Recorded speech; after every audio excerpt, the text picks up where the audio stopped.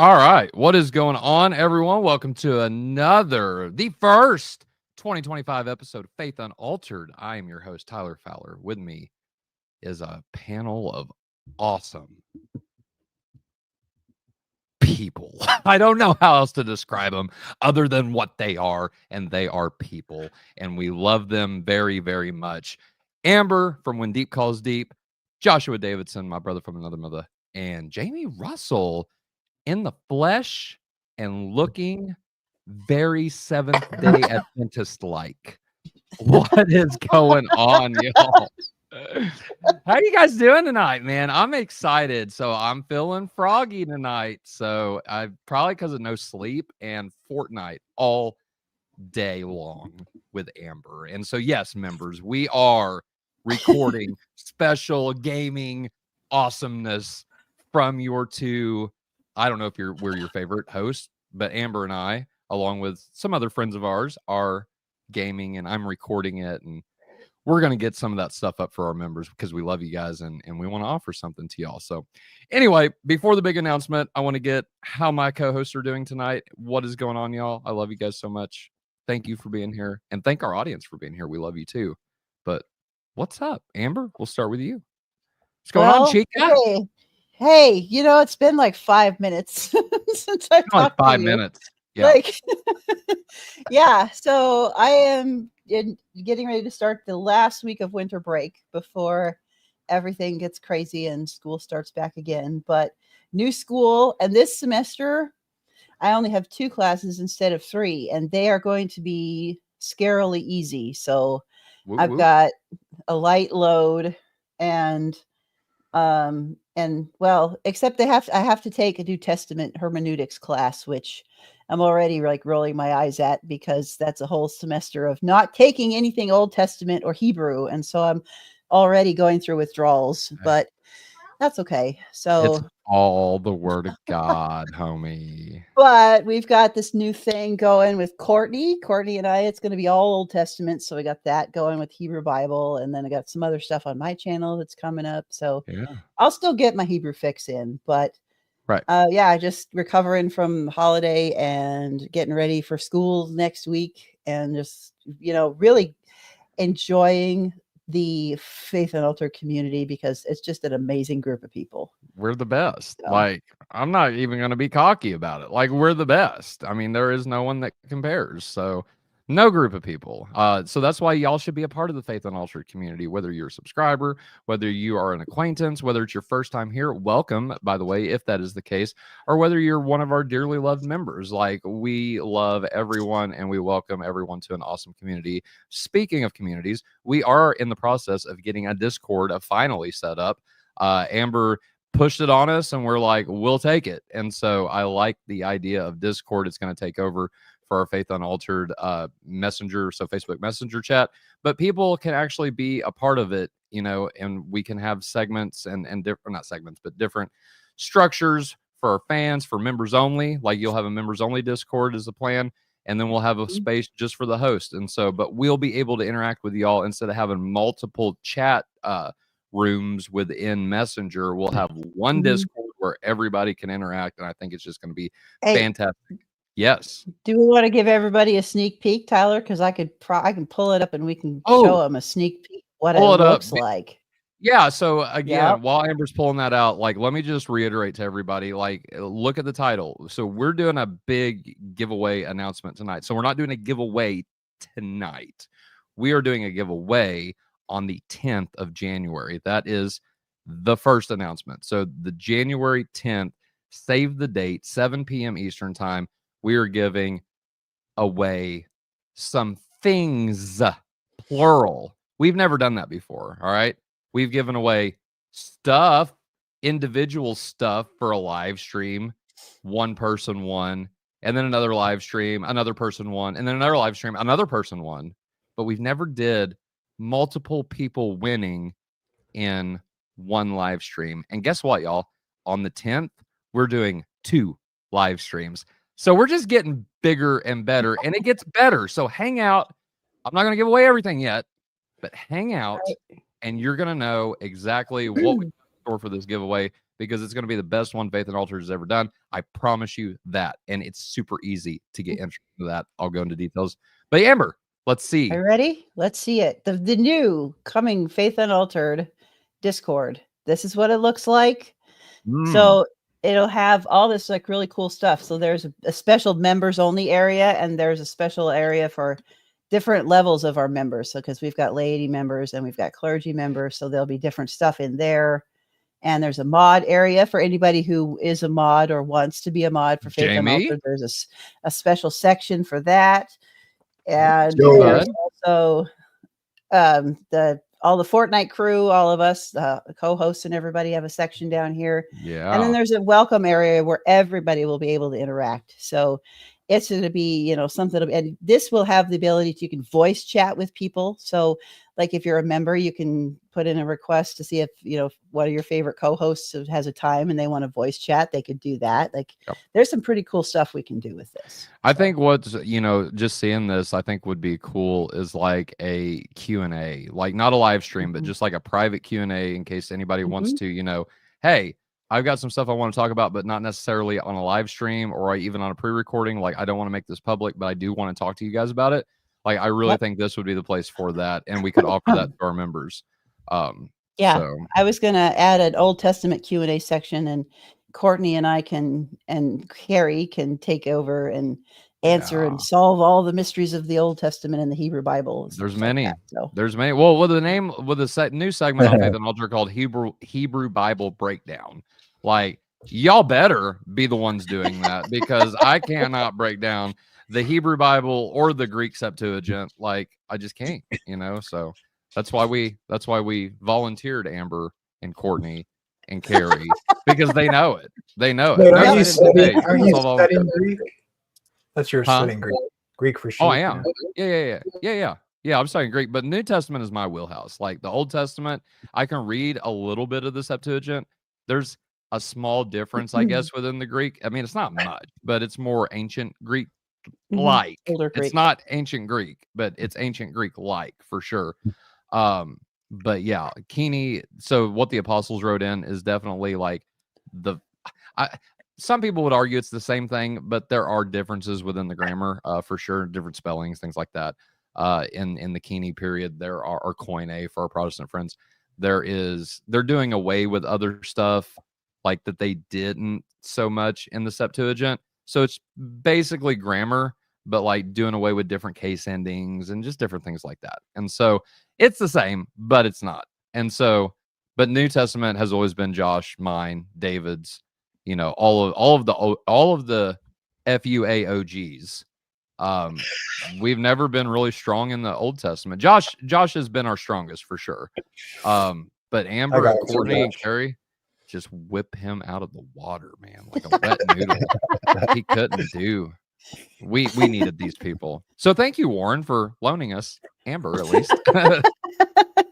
Yeah, I think we still a sore spot with him. Wow, I'm sorry, man. We didn't steal her. She came willingly. You're not sorry. Don't even. You're not sorry one bit, Tyler. No, you're not. I totally am, though. But anyway, I'm not buying it, Josh. I'm not buying it. We're not selling it either. We're not selling it. So yeah. So first of all, I'm glad to know that I'm a person. Thanks, Tyler, that you introduced us as persons. Anytime. That's good. Still a person. Brother. Yeah. Also, apparently, I would look good and be a pretty girl. This is my sister. So hi, sister. Welcome to the live chat. That's fantastic. Oh, that's for me. Are you on your way to orthodoxy yet? We're working on him. I feel like after I converted Tyler, it was probably, I can just live vicariously through his success. Yeah. For now. Oh man. For now until he can. I need to go to another liturgy very soon, because it was such a huge blessing to do that last time, and I have neglected to go back. So I do need to do that. I do need to shame. I do need Josh to do about that. to get demoted to a member. Like, oh, bless the Lord. Member only. Good riddance. Right, man. I just, I don't know. No, I definitely am still interested and investigating and inquiring and doing all of the things that I know in my heart are the right thing to do. But I have yet to feel the sense of urgency to jump ship. And so that is why I'm still stationary, because I still see fruit where I am. And I feel like I have, in some sense, strengths in being in the weird in between liminal space that I'm in. And I've seen utility in that. And so one day God will call me to go one direction or another, or 10. I don't care. I'm on the Jesus train, and I'll go wherever that is. It's his track, not mine. Nice. That's right. I like it. I like it, Josh. So, Jamie, what's going on, man? It's been never since we've seen your face here anyway, but it's been forever since we've talked to you. But what's up, brother? You invited me to play video games. I'm so pleased. I did. Is that why you're here? Yes. Aren't we playing video games? We're not. We're not. I mean, this is Unreal Engine 7, so you know. Okay, whatever. I guess. He's gonna leave now. Oh, I'm just here for the games. He better not. I'd be I'm personally just offended. gonna poke at Jamie you. leaves. Merch idea. I like Orthodox, even though I'm a weird Adventist, but make that clear. But I just love you guys so much, I can't get away from you. So Adventist, that means need that to you get a like stick. love the days on the way to Christmas, right? right, the second Christmas. What about second Christmas? Oh, can I have another, please? Right? Can Just we? one more. Just one more But coming this of Jesus, please. I'll take the coming of Jesus. Thank you. Yeah. Gosh, people are going to think we are a bunch of heretics around here. That's what they get for thinking. That's true.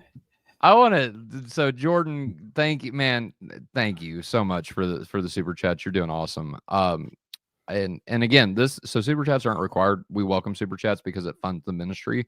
And so if you enjoy us and our goofiness, mine's sleep deprivation. So you all can't hold that against me. Judge not lest you be judged, right? And so sleep deprivation is a thing. But I don't know these other excuses for people. I don't know what they're doing. So Jordan says, and I hope we're pronouncing that right. I think so. Jordan. That's a very unique spelling. So awesome.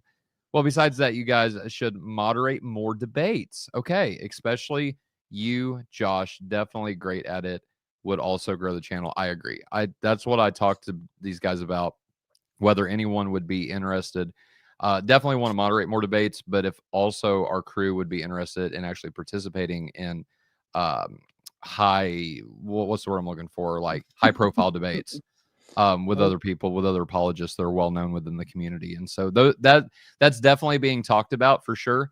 And we plan on implementing more debates in the very near future. Jordan, if you know anybody that's looking for a debate, wanting to debate, anything like that, send them my email, faithunaltered@gmail.com, and we will get that rolling. Also, for those who don't know, so just like what Jordan just did, if y'all want to recommend an episode that we do, faithunaltered@gmail.com, you can recommend all day long.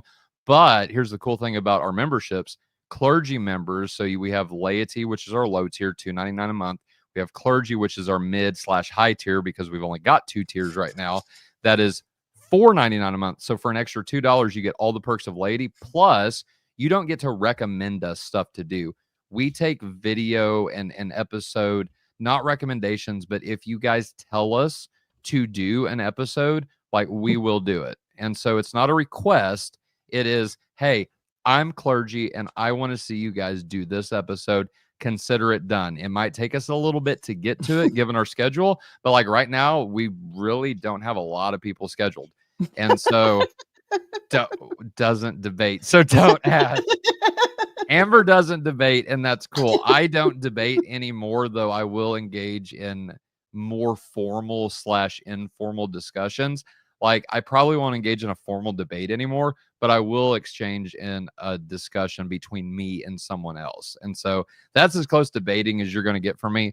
Will Hess and I, so from Will Hess from the Church Split, we're actually in talks right now with David Paulman about him and somebody else potentially debating. And so that is something watch out for our announcements, because if you're not subscribed to the channel, please do. If you don't follow us on Facebook, please do. TikTok, Twitter, like that's where we post all of our updates on things and upcoming events and things like that. And so get subscribed or follow one of our other social medias, because that's where we're going to release those updates. But I can tell you right now, we're in talks with David Paulman about bringing him on to debate someone else. And so that might be something y'all look forward to. Also, I'm in talks with a couple other people and Dr. Nathan Jacobs to potentially debate formally, if not an informal discussion for sure. That hasn't been set in stone yet. But again, we're reaching out to Dr. Jacobs. He's super busy, but I do plan on doing that very, very soon. And so look out for that as well. But other than that, y'all, this has been a very interesting Christmas, a very interesting New Year's for sure. And so we, Amber and Courtney and myself, touched on this before, and I promise y'all I'm going to get to the big giveaway announcements. I'm going to tease this out a little bit though, so bear with me. But I want to get y'all's opinion on this, because Amber and Courtney and myself, we had a live stream dedicated to this subject, namely with all the craziness that's been going on in the United States and also around the world with these drones. Now, the thing I'm seeing, so first of all, it was drones. Then it was drones versus orbs and how different people, random crazies. And I'm not going to say crazy, but, you know, there are some crazy people on the internet. Not necessarily the dude we did a response video to, but I am going to reserve comment on Blackwoods for right now anyway. We warned him, and if he just is going to continue to do what he's doing, then that's on him. We did our job, and if he doesn't want to engage with us, then it is what it is, you know? So we tried, but we're willing to have any discussion with Blackwoods at any time, public, private, whatever, just to he's saying some interesting things connecting these orbs and drones with the Bible, and we take the Bible serious here. And so if you want more on that, go check out the video we just released called Drones versus Orbs, a Call to Discernment, and you'll see what we're talking about. But I want to get y'all's opinion.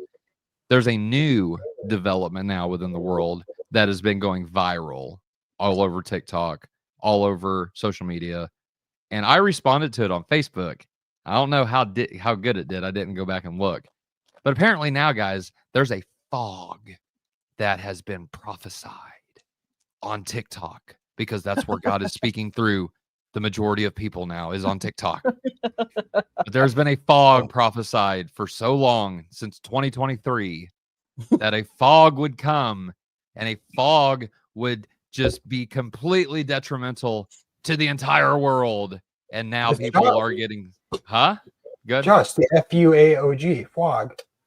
FWOG. Ah! Oh, never mind. Sorry. That's right. Sorry. We're a part of the conspiracy now. I mean, FUA, OGs, like we've been around since 2022. So FWOG is here, and FWOG is gonna stay. But anyway, have you guys heard of this? Like, people are getting sick from the fog. People's animals don't want to go outside because of the fog, and people are filming the fog, and it's like so particly. I can throw a video up here in a little bit if we want to, but it's like very, I don't know. You can see, like, if somebody shines a flashlight, you see these big flakes of sediment, stuff, and it's leaving mist and like sediment on cars. And you know what, guys? I think it's snow. Can you believe that? Like, it's January, and I think it's snowing. Tyler, yes. I'm very skeptical of all this sort of stuff, right?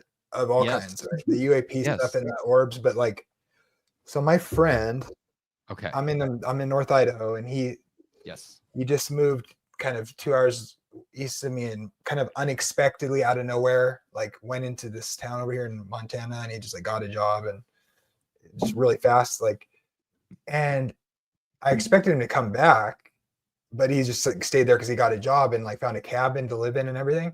Yeah. And last night he's like, dude, there's like drones and weird orbs. And I have the pictures on my phone right now. One of them is really creepy. It is this thing coming out from behind a cloud, and it almost seems like it's just on his phone, and it is trippy, dude. I don't know what it is. I'll have to send it to you. But You said it's lights. it's like a weird light, and it looks like Okay. He sent me a couple different things. One looked like orbs, but that looked like it could be like some sort of weird like reflection of light off of some sort of insect. But the other one's up in the sky. I'll send it to you. It ain't pink, is it? No, it's Okay. not really obvious to see it. But it's there. Okay. It's This just one only that the- I saw, is, so you know how the medical like symbol, right, for like medicine is like a pole with a couple snakes wrapped around it, right? So I saw a viral video that was in the sky. Now I don't know if it's fake. If y'all know in the comments, let me know. And plus, I want to hear our audience out on this. What do you think about the drones, the orbs, the fog? Like, let me know. Is it fake? What is it? I don't think so. What we said on the video was that we don't think these are fake. Like, we think people are actually seeing things, right? Because there's video of it. I don't think everybody's faking this stuff, right? But once you get off into like connecting these things with like Bible and like showing icons, and this is what Blackwoods did in his like, so we released the video 3 or 4 days ago now. He released this video the day after releasing our video, and he liked it on Twitter. So I know he saw it, right? But then the next day after we release this video and he likes it on Twitter, he releases this other video, and he said he brings up this Orthodox icon, and it's the 9 levels or the hierarchy. So we've got 3 hierarchies of angels, right? You've got archangels, angels, and I think it's virtues that are down at the bottom tier, which represent their closest to man, right? And then in the middle tier, you've got different beings, and I forget exactly what they were. I think these are the dominions, the powers, and the authorities, if I'm not mistaken. And then you have the high tier, which is supposed to represent, because you got a pyramid at the top, which represents the Trinity, right? And at the high tier, you have cherubim, thrones, and seraphim, or seraphim, thrones, and cherubim, whatever order you want to go in there. But he shows that he zooms in on this picture of the cherubim, which in Orthodox, in this specific icon, and by the way, this icon is only said to be from the 18th century, so take that for what you will. But the picture shows these heads with like what looks like kind of like baby angel heads, and they've got wings coming out. It's just the head, and it's just the wings coming out of them, right? And there's 8 of them. So we know from the Bible that the cherubim describes, or the Bible describes the cherubim as 4-headed, like creature things, right? Like one's got a head of an ox, one's got a head of a lion, the man, and then the eagle, right? This is interesting because it's how the evangelists are described, not in the New Testament, but the evangelists who wrote the New Testament, specifically the Gospels, they're described in church history. Matthew's a lion, St. John's the eagle. I think Mark is the ox or man, and Luke is vice versa, ox or man, one of the two. I forget which St. Mark and St. Luke are. But the point is that that's all this icon's representing.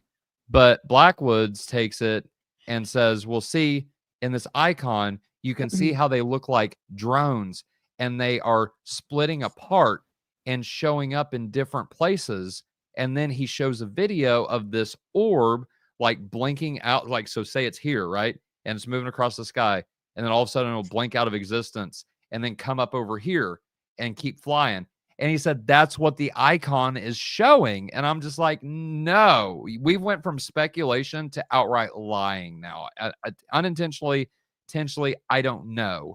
But that's not what that icon is representing. And it just, it really fuels me in a bad way. But the point is that once you get off into that, you start getting off into conspiracy theory, tinfoil hat. So I'm not saying these things don't exist, right?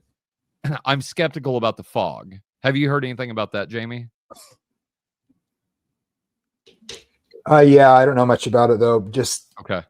But I have this picture. Let me send it. Yeah, throw it up. I think the fog is what 3M is going to be talking about tonight. Okay. Yeah, that's what they're talking about. Yep. Okay. Yeah, I just saw it last night at work, a couple nights ago at work, and it is not.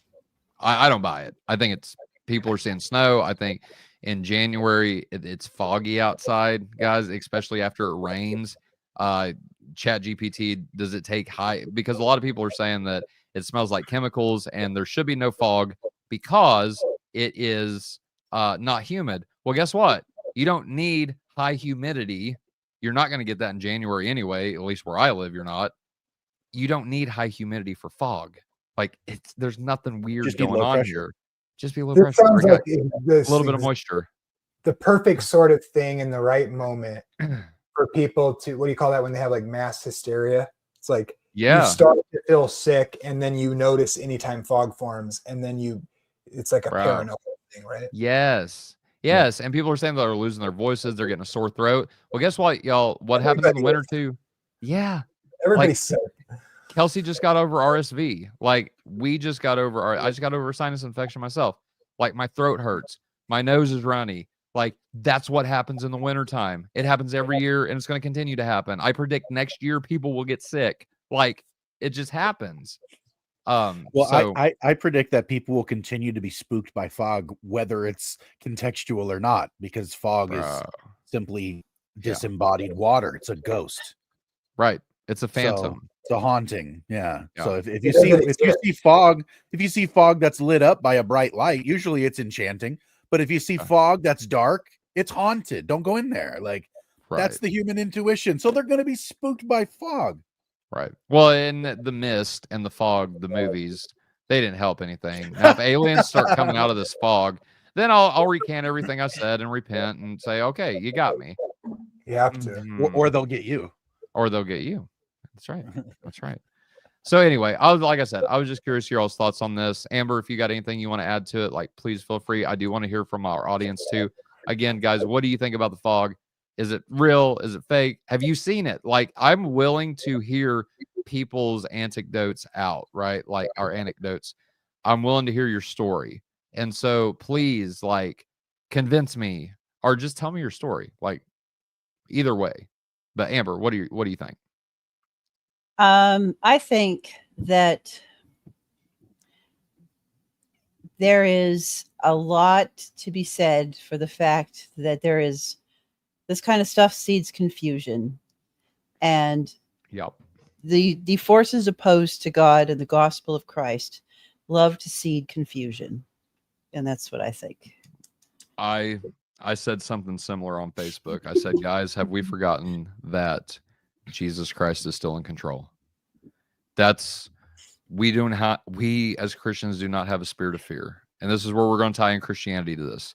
We do not have a spirit of fear. We have the spirit that God has given us, the spirit by which we cry out, Abba, what? Father. Same word, Abba, Father. And so we have nothing to fear. There is nothing, whether this is like man-made, and I'm going to go into conspiracy land. Like, maybe you can control the weather. I don't know. I don't know anybody that can. Sounds like Storm from the X-Men to me, but I'm not trying to be mean. I'm not trying to be funny, kind of. But the point is, even if this is man-made weather manipulation, or it's from Satan, or whatever, right? God is still ultimately in control, and we have nothing to fear. So if you're a Christian in this, then keep doing what you always have been doing, and that's trusting Christ, not only with your salvation at the end, but with your life now. Christ is growing us and sanctifying us and putting us all whose faith is in him, who's been baptized into the church. He is making you like him. And even in the face of death, though Christ was, I'm sure, afraid, he was sweating drops of blood, according to St. Luke's account, right? But he knew that his Father would never forsake him, and he promised in Matthew 28 that he would never leave nor forsake us. And so we don't have to fear fog. We don't have to fear drones. We don't have to fear any man-made or satanic-inspired element. We have God, we have Christ, and we have peace with him. That's all we need. And so with that being said, it seems like, Jamie, you nailed it. It seems like what this is trying to do is instill fear, confusion, and it's fear-mongering, right? I just want to take this time, just this segment, to say, we have nothing to fear, those whose faith is in Christ. And if your faith is not in Christ, I encourage you to come and taste and see him for who he really is. If you're scared to death of things, if you are freaking out over this fog or drones, or you think aliens are going to come in the next like 5 minutes and abduct us and destroy our planet or whatever, like, I'm not even trying to be like funny here. If you really believe that we have someone, a real person, 3 persons, really, the Holy Trinity, but trust Jesus, man. Like, it's so simple. Trust Jesus, and you, what does the Bible say? Believe in him and you will be saved. There's no enchantment, there's no incantation, there's nothing like that. It's simple trust, like I would trust Jamie, like I would trust Josh, like I would trust Amber. It's simple trust in a person that, according to St. Paul in Romans 3:28, justifies us, makes us right with God. And not only that, but that's the beginning steps of becoming like God. So trust in him. I invite everybody to do that if you're not. So anyway, with that being said, yeah, let's go through some chats real quick and just see before. So I'm gonna knock out this this giveaway announcement because I don't want people waiting for the entire thing. We've been going for a half hour now. I think that's teased out enough. But the point is okay. So with our giveaway, here we go. Ready? Drum roll, Josh. Drum roll, please. You need a snare. Wow, that sent me into a space that I didn't even want to go tonight. So thanks, I guess, Josh. I don't know what that was, but anyway, okay. So I'm the drummer. I'm the drummer. All right, Jamie, Josh is just out tonight. Like, I got drumsticks right there. No. Look at you. I want to see you and Josh have a drum off, and then I will choose the drummer.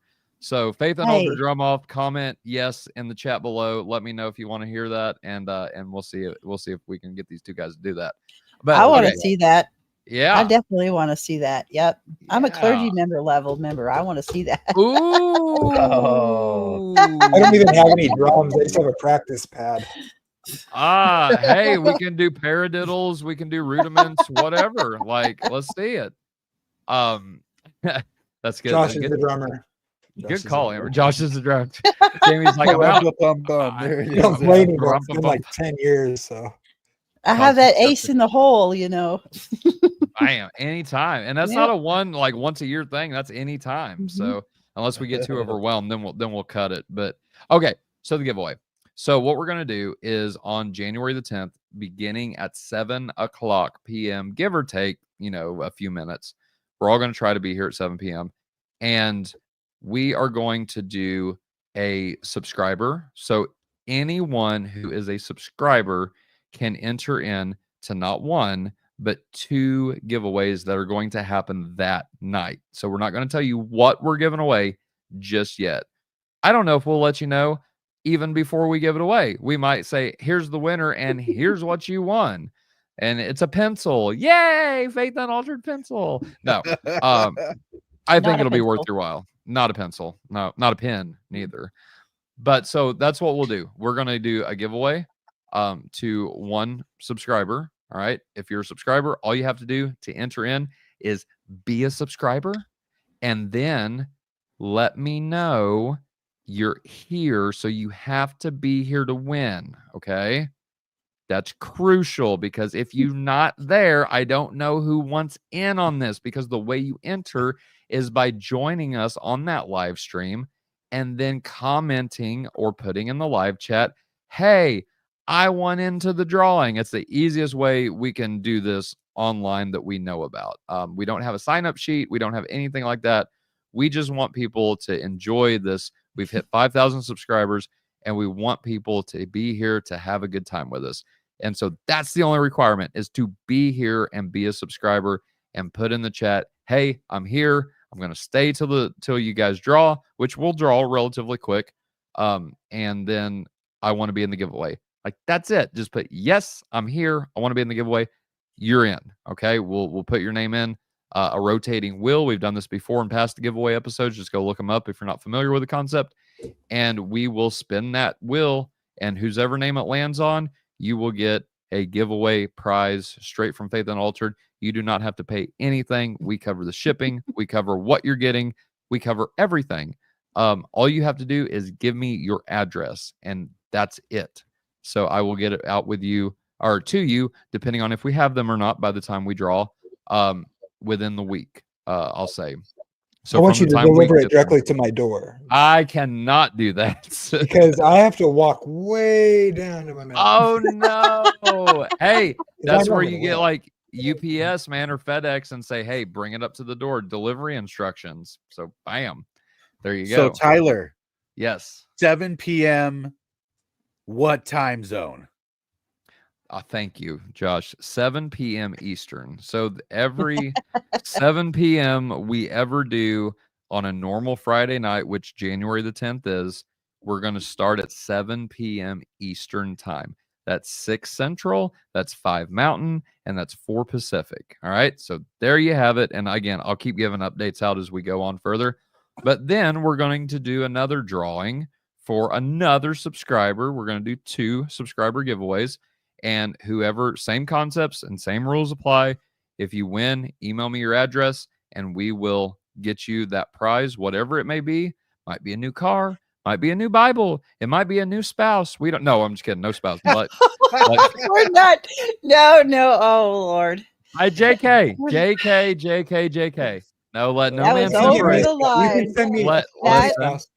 That I was did over it. the line. No, I did it to bring up a Bible verse, and it's to let no man separate what God has joined together. So I did it for a reason. It just probably was a crude reason. It was a bad reason. It was a bad. bad reason. Good reason, bad delivery. Good reason, bad delivery. Bad.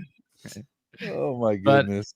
Anyway, we will do that. Okay, then here's where things get a little interesting, though. Okay, then what we're gonna do, just a little. We're gonna do something different this time.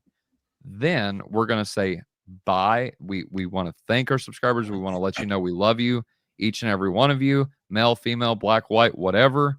Like, we want to let you know we really care about, and that's why we're doing this giveaway, because we've hit 5,000 subscribers, and we're doing 2 giveaways to 2 lucky or determined people, however you want to look at that,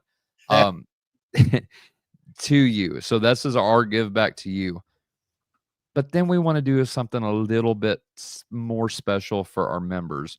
So what we're going to do after we give away 2 things to our subscribers, we're going to say good night. We love our subscribers, and we thank you for everything you guys have given us. We couldn't have made it to 5,000 subscribers without you, obviously. But we're going to focus on our membership a little bit. And we are going to do an after party for our members only. That includes laity and clergy. You can be a member, and to sign up for that, it's $2.99 a month for laity and $4.99 a month for clergy. If you don't have that money, I understand completely. You do not have to join our memberships. We encourage people to, but again, it's not a recommendation. But the good job subbing. I appreciate that. That's my friend, by the way. Nice. Well, I've maybe seen like hope 3 people from my brought over, so just remember that. Bro, look at you. Okay. Well, fancy. We Jamie love is doing all some of them. evangelism. The We checks love in the them all. mail. FUA yeah, your chicks in the mail. I'm It's an ecumenical. listen, bro, it's an IOU for anything you want in heaven. So you just got to run it by Jesus first, and you're good That's to where all go. my treasures are stored up, dog. That's right. That's where mine are too. That's My- what y'all's my safety paycheck is deposit going to box. be. Like, God is, if y'all make it, God's going to give you the rewards for doing this. Like that, you can't beat that, y'all. Eternity I don't rewards are expect great. anything from you, brother.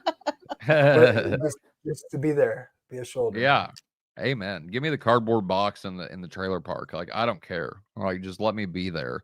But okay, so then we're gonna do something, like I said, a little bit special for our members. We're gonna do an after party, members only. You can join our memberships if you would like to do that by clicking the join button right now. What are you cracking up about, girl? Like, what are you doing right now?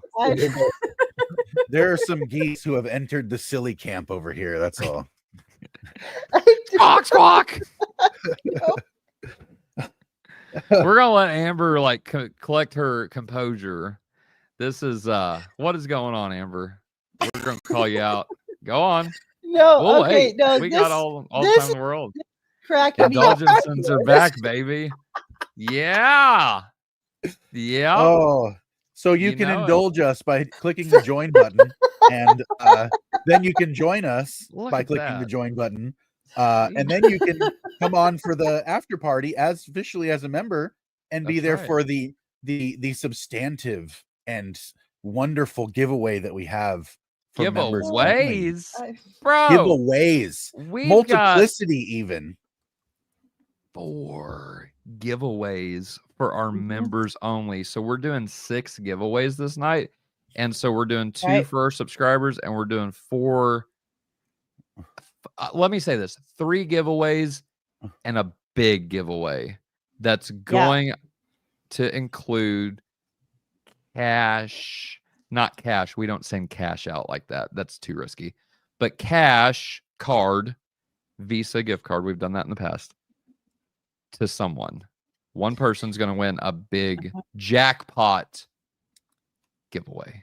And And so, one of those special giveaways is for clergy member level people. yes. Yes. Well, the big giveaway is for clergy members only. So if you're a clergy member, then you're going to not only be entered in the first, the second, the third giveaway, but then you're going to be entered in our super big special giveaway that I'll say this, it's going to be at least, the entire thing is going to be worth at least $125. So at least it might be more than that once you add everything up. And we want to do that to, again, give our members, we don't get me wrong, again, we love our subscribers, but our members is who are keeping us financially going. And so we really want to do something special for you guys and gals this time, this instance, and this giveaway. And so for our members, again, just to repeat, in case anybody's just now tuning in, we're doing 2 on January the 10th at 7 p.m. We're going to start the episode live stream. Only subscribers, members, anybody can join the live stream, but you have to be a subscriber and you have to be there and say, hey, I want to be in the giveaway. Same thing with our members. After that, after we do our 2 giveaways for our subscribers, then our members, we're going to do 1, 2, 3 giveaways and a big giveaway. So 4 giveaways total for our members, including the last one being for clergy only. Again, those prices for laity, $2.99 a month, and then a month, not $2.99 a day, not a week, a month, and $4.99 a month for clergy. And so if you want involved in that, we're going to play games that night, not video games. We're going to play actual like board games with our people. Amber's looking into that, and so am I. And what's that game called, Amber? What's the website called that we're gonna jump on? Oh, Kahoot. Kahoot. It Yes. is Kahoot. Yes, Kahoot. So if you don't know what Kahoot is, like I didn't know what it was until I looked up the website. Go check it out. Kahoot.com, I think. Is that right, Amber? Yeah, Kahoot.com. Yeah. Kahoot. OT. Kahoot. Yep. Yeah, it's really fun because we get to play like a quiz show with like questions, and we're gonna make some special Faith Unaltered trivia, and we'll do some other like Old Testament trivia and do some, just some really fun. No, it's KA. Yeah, KA, not CA. Whoever wrote that up. Yeah. It is so, but it'll be quiz show, and it'll be every round, different members will have a chance to jump in and participate. Yes. So everybody will get a chance to answer quiz questions, and we may even put one together. I may put one together and put the Faith Unaltered crew up there and make them answer some questions. That might be fun. But members submit, have members send me questions to put on a Faith Unaltered crew. Yes. Kahoot quiz show for them. That would be fun. If you want to do that, if you're members and you want to watch the Faith Unaltered crew go at it, then let me know. faithunaltered@gmail.com. I will send those over to Amber. And then, or if you're friends with Amber on Facebook, just directly messenger that, and that will take care of it. So anyway, that's our big announcement. And again, if you're just tuning in case you missed it, we're doing January 10th, 7 p.m. Eastern time. 2 subscriber giveaways on the same stream, and then we're going to do a members only live stream, an after party of sorts where we're going to play games, and we're going to give away four big giveaways. Well, 4 giveaways, including 1 big giveaway for our clergy only membership. So again, click that join button on our homepage right next to the subscribe button, and you can be involved in that. And if you're there, you're automatically entered into the to the drawing. And so that's happening January 10th at 7 p.m. Eastern time. Okay. All right. That's a lot. So anyway, we've got other announcements too. Like we also we volunteered another gentleman who's going to be joining Josh. Josh, do you want to get into who your quote unquote, I guess, new-ish co-host-ish person is on Cosmic Corner? Well, Josh has got a new co-host. Josh has got a new friend for Cosmic Corner. Yay. I have my first ranking Cosmic Crew member, let's say, where Jalen Thompson has decided to come on board and help me more regularly with Cosmic Corner discussions. And that would be this chap right here.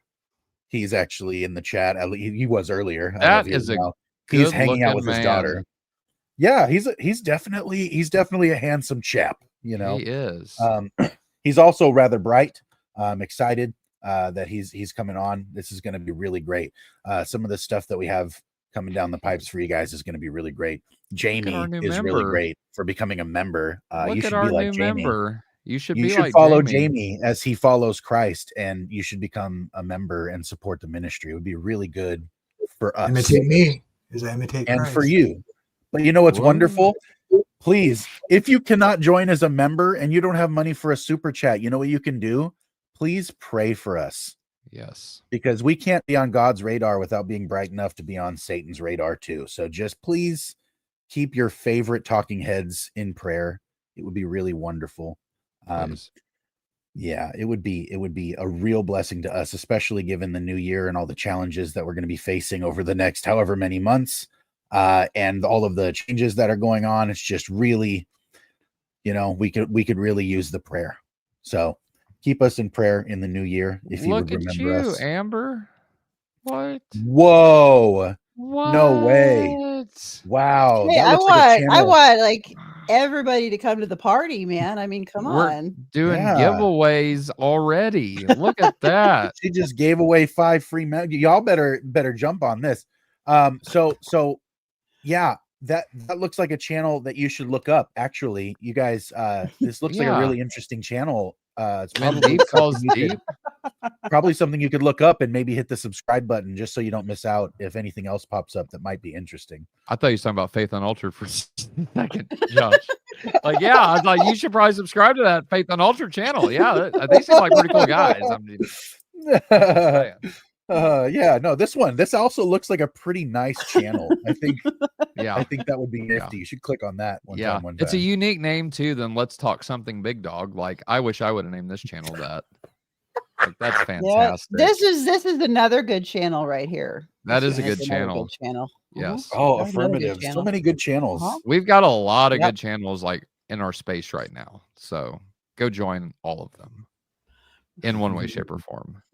Yep. But yes, Jalen has decided to come on as an actual member of the Faith Unaltered team and specifically of the Cosmic Crew. And I think he's going to bring a lot of really well-needed potential. And I can't wait to introduce him officially next week for the giveaway because he said he was going to be there for that. So expect to meet him next week, everyone. Yes. Jalen is good. And if you've ever seen the show on YouTube, The Identity Crisis, spelled very uniquely and very cool, if I think so myself. The Identity Christ is very fancy, very, very good play on words there.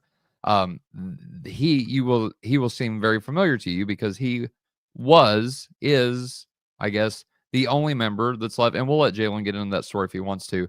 But the Identity Crisis has been put on hold for a little bit, I guess. And so Jalen during this hiatus has decided to come and be a part of our crew. now. And so if you're familiar with the Identity Crisis podcast, then that's where you know the man from. So check him out and expect the new content here. We'll say it like that for the time being anyway. So we're happy to have Jalen though. And so that's great. Dane Von Ace is going to be coming back January. Yes, Dane is number one. I hope that's the case. Now, the last time I've spoken to him, which it's been a couple weeks, Dane. So for those who don't know, Dane is really experiencing a huge life change right now. So back in September, he stepped down from being a pastor in the United Methodist Church, and he is now working a full-time job for Caleb radio station and part of their prayer team. And so all the benefits that he had being a pastor, and there were some very good benefits. I'll let Dane tell that story. It's his story to tell. But he had some really good benefits working as a pastor in the Methodist Church, and losing everything to now going and being the only one supporting himself and his family. That's huge. And so we pray for Dane. We ask you to pray for Dane, his family. Things are getting good. I can say that things are looking a lot better than what they were at the very beginning. At the very beginning, it was super hectic. And, anytime anybody experiences a fraction of that, things are going to be hectic. And so for Dane, ministry has been a part of his life, his entire adult life.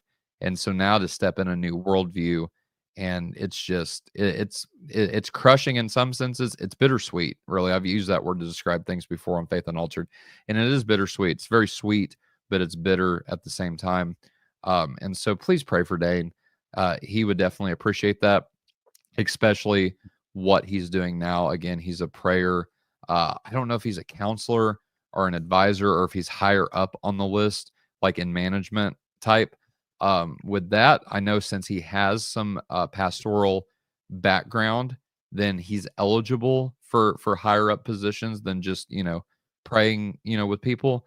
But he loves it, and he's really enjoying what he's doing. And he told me that whenever he comes back, he's going to turn 3 Crowns into more of a practical Christianity series and show. And so apologetics are still going to be a thing, but his primary focus, since he's working primarily now with practical Christianity, specifically prayer, is he's going to focus on that in his show. And so if you have prayer requests that you would like for us to pray for specifically, please email me again, faithunaltered@gmail.com. And Josh and Amber, if you want to put that up, please do that. But also that's going to be his show. And so if you want public prayer, you're more than welcome to come on the show and discuss however much of that story you want to tell to everybody so that they can pray for you. Again, we're, I don't want to say judgment-free zone, but we're not here to degrade. We're not here for you to confess to. Nothing like that. Like, we just want to be practically available for people who need us. And whether that's giving advice, whether that's praying for you, whatever that is with anything with your Christian life, we are here to help. We're not just talking heads, virtual talking heads on a space on the internet. Like, we care and we love. And I think that's what makes our community so great, is that we actually care. We love our people that watch us and that actually engage with us. And we are more than willing to do whatever we can to help you in your walk with Christ. And so please email me, faithunaltered@gmail.com. If you want to talk specifically to Amber, to Jamie, to Josh, to David, to Dane, email me, faithunaltered@gmail.com. I will get that to these guys. Each and every one of them has a direct line to me. And so I'd be more than happy to do that if you want to talk with somebody other than me. But I'm available too if you would like that. And so, all right, guys, let's get into some Christianity stuff, shall we? I mean, we've been talking Christianity, but let's get into some theology. We're going to start bringing people on now. I think that now would be a good time to do that. So if you'd like to join us, we got Jacob Saylor in the Sealer. Jacob, I'm sorry, brother. I don't know what your last name is. What's your last name, dude? Seiler. Okay, Seiler Tyler. That should be easy for me to remember from now on out. So I got it. It's locked in. So we're going to get into some theology. I was wrong. He doesn't love me more than you guys. I'm sorry. He can't even remember my name. I'm sorry. I love, my love is for everyone equally. So, well, not equally, I guess. My wife's got that spot, but anyway, the primary. She's the first. How you among like the Pepto non-equals. pancake behind me? It's beautiful. Like I think it brings out the color of your eyes, to be perfectly honest. So it's good stuff. It's good stuff. No, but anyway, if you would like to join us as well, if somebody would please post up that link. We're here to take questions. We're here to talk to you. We're here to do whatever y'all want to talk about. Again, it's open mic. Anything Christian related goes. It has to be PG, guys. Don't come on here, start cussing or acting a fool. We will ban you. We'll kick you. Like, we don't want to do that. But let's not try to do that. And also, we ask that, and oh boy, I want to. Okay, so we understand. Listen, we had this happen last time.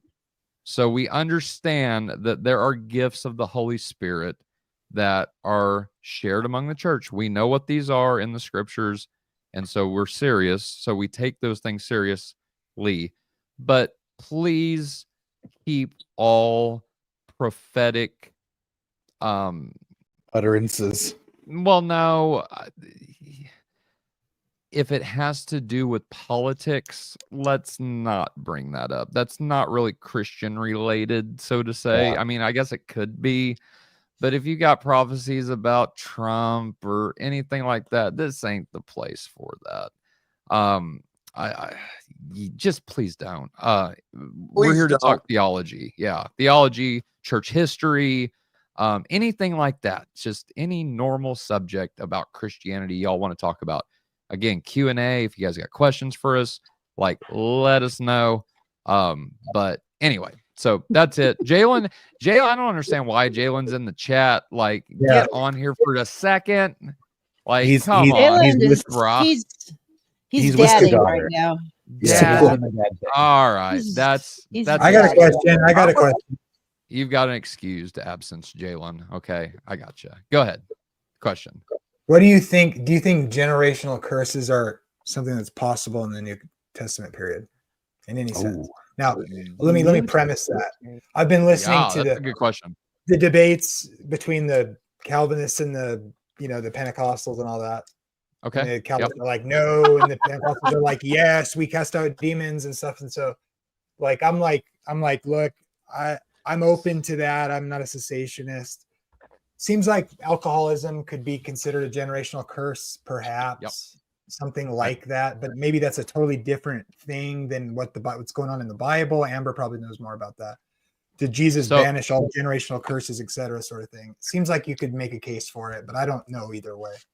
So that's the thing that popped up in my mind, and I'm going to hand this over to Amber because I don't really have a lot on this. I can make a guess, but as far as like studying this, I haven't.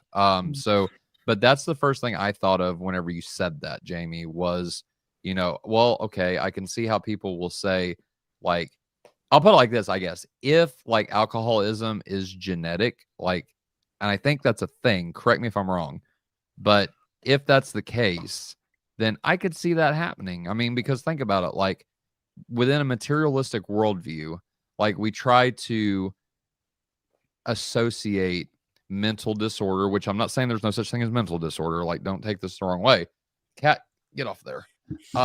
She's trying to climb up on my keyboard. Here, you want to say hi to everybody?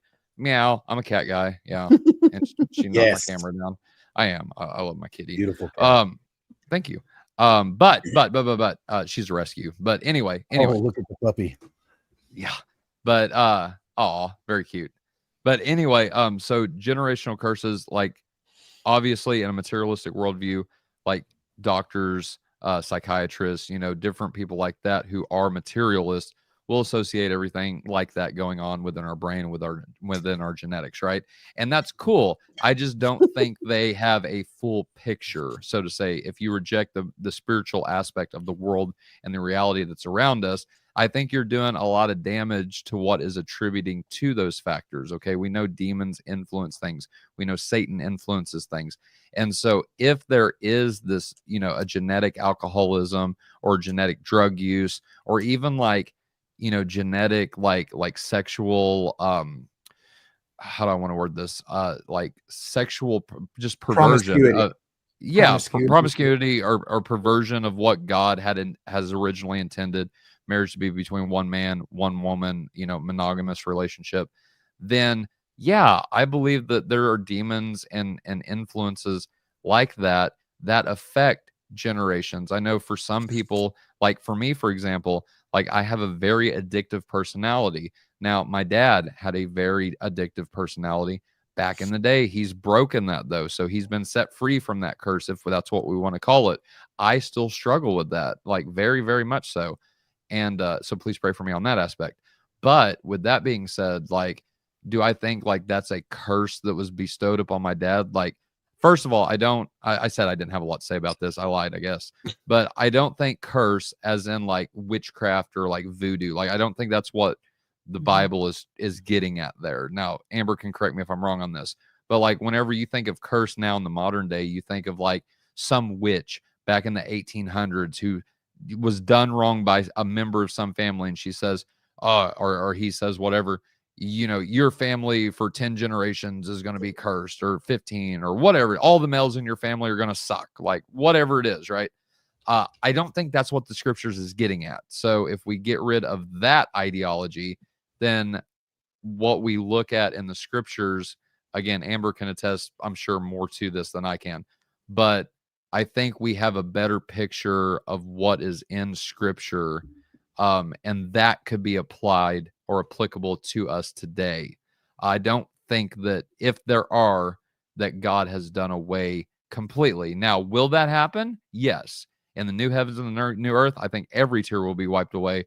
All sin will be done with, and we will be the way God had originally intended for us to be, namely like Adam and Eve in the garden, even greater than that. So like God, what God is by nature, we will be by grace.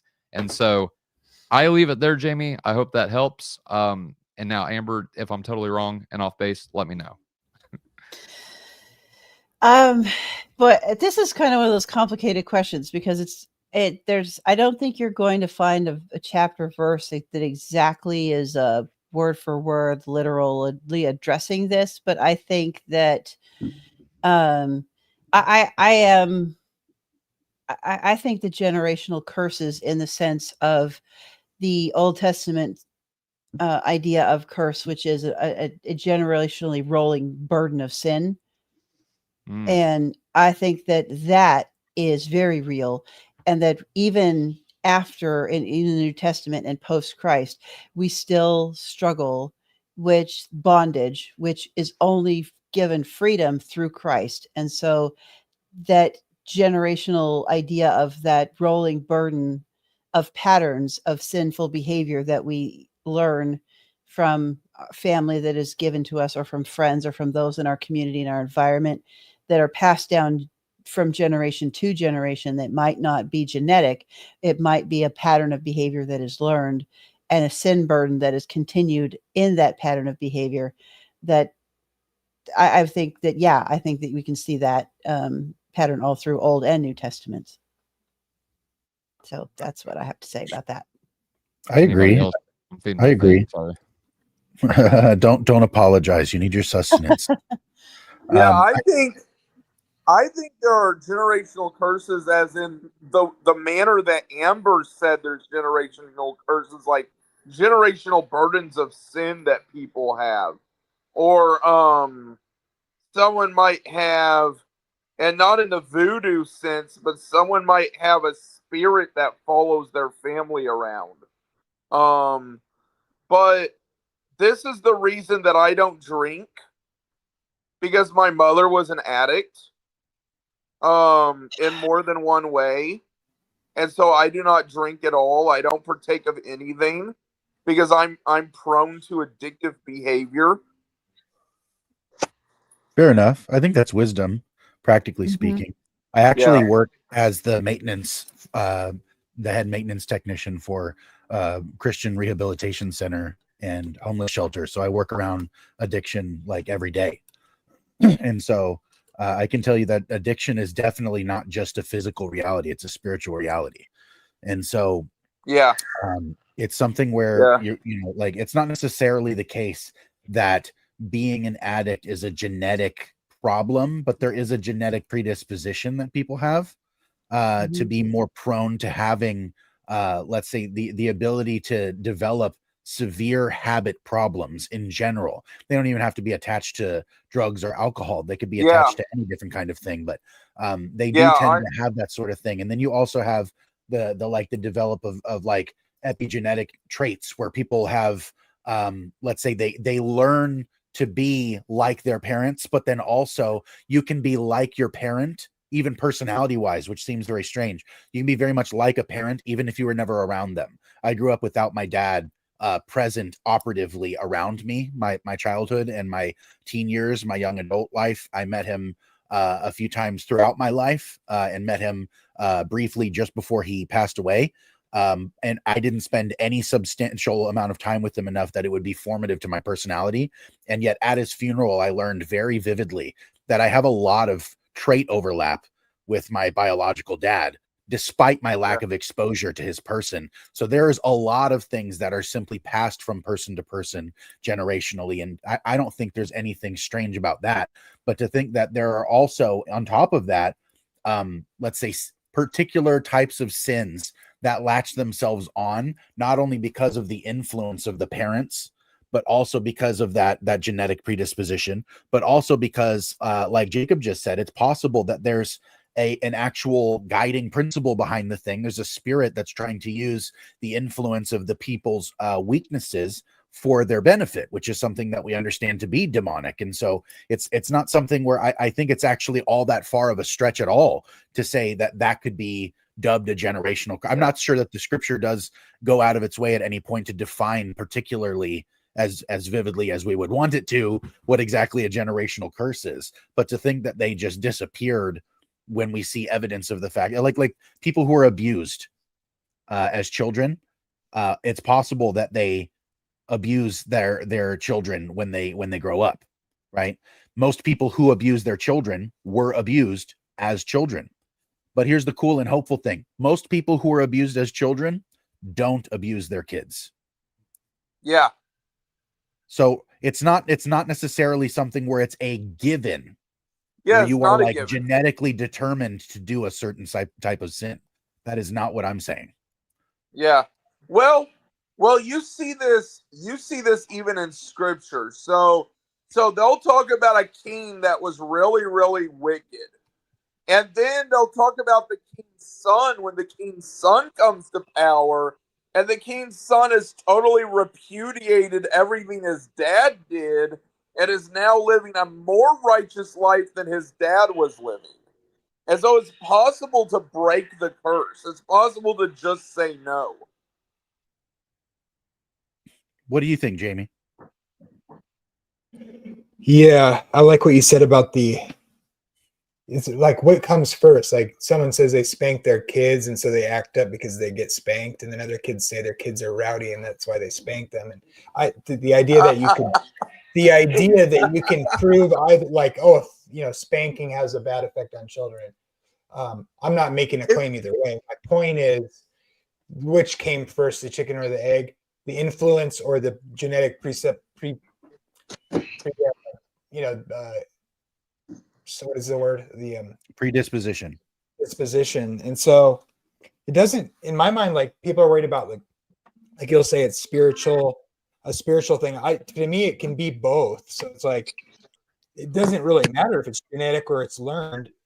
Like your learning can change your genetics, epigenetics. They don't know really how that works for sure, in my opinion. And so it'll show up something you can document in the genetics probably that can be learned, and like your brain changes as you think and you develop pathways. Like, is that determinative? Depends on what you mean. So obviously it doesn't even really matter to me at a certain point. Like, is that demonic activity? Well, it's influence, and then it, like you say, as it's acted out in reality, that gives it body. So it's like, it just is the reality that's, and you can talk about it as a spirit in some sense, even if it's not literally like a ghost per se, like that you could like get the right glasses and or something, right? You experience it, right? So that's what I'd say. And I think that's probably, and this is something that I did on Cosmic Corner when we talked about what spirits are and what they do and how they gain body. there's a difference between a spirit as proper and the spirit of as a descriptor, right? The spirit of can be a descriptor for a phenomena that you can attribute spiritual reality to, but you don't have to say that it is a spirit as proper a person of sorts, right? Like, I think that there's a difference between, let's say, a demon that is actively trying to possess somebody that has personhood in some genuine sense versus something like, let's say, the spirit of New York, which is, I think, like more of an emergent reality that didn't exist before all the people of New York came together and had particular shared traits and motives and all of those things, right? So you can say that the New York has operative spirits. Yes, of course, real ones, nouns, the spirits, the persons, right? But also this New York itself has a kind of spirit of its own where you can recognize it operatively. And when people leave there, it follows them in some sense. You can kind of read it on them that they're from that place. Paul uses that term that way. He greets people in his letters like, I'm with you in spirit. Like, we're in one mind. But he also uses spirits as literal entities that are individual, that are like whether you think it's fallen angels or whatever, it doesn't matter. But yeah. Hey, I just decided to move to my computer. We'll see how this works. I don't know if my phone will die. It hasn't been charged for very long, so here's to hoping, because I'm using my phone as my camera now. You look like a new man there. Well, I saw Andrew Elliott's comments about me needing to clean up my camera. Yeah. Andrew's a good buddy, even though he toasted me in a debate once. I'm curious, actually, Jamie. Even though we still spat back and forth every once in a while, I appreciate Andrew. He's a good buddy. Jamie, I'm curious your thoughts on this one. Cosmic Septic asked, or said, I suppose, probably shouldn't go around claiming certain people have the Jezebel spirit. What do you guys make of this? Because this has been really strangely trendy for the last couple of years, as people like claiming everything that is just like become the sexualized norm of everything else. Just like everything's the Jezebel spirit. Well, I've seen this pop up all over the place. I've seen people that are like really against using language like this. Like, what do you guys make of this? Because I find it so interesting that it becomes popular all of a sudden. Not that there is a biblical precedent for the idea that somehow Jezebel is around after dying, because she's mentioned in Revelation and there's a church rebuke for tolerating her, right? But at the same time, what is it that people are talking about? It's such a weird phenomenon. It's happened. It's came across in different places, but mainly the place that, and now this is just my personal experience, but the place that I've seen it more so than anywhere else is like charismatic churches, not necessarily one over the other per se, but just if any church describes itself as charismatic, like that's where I see this at.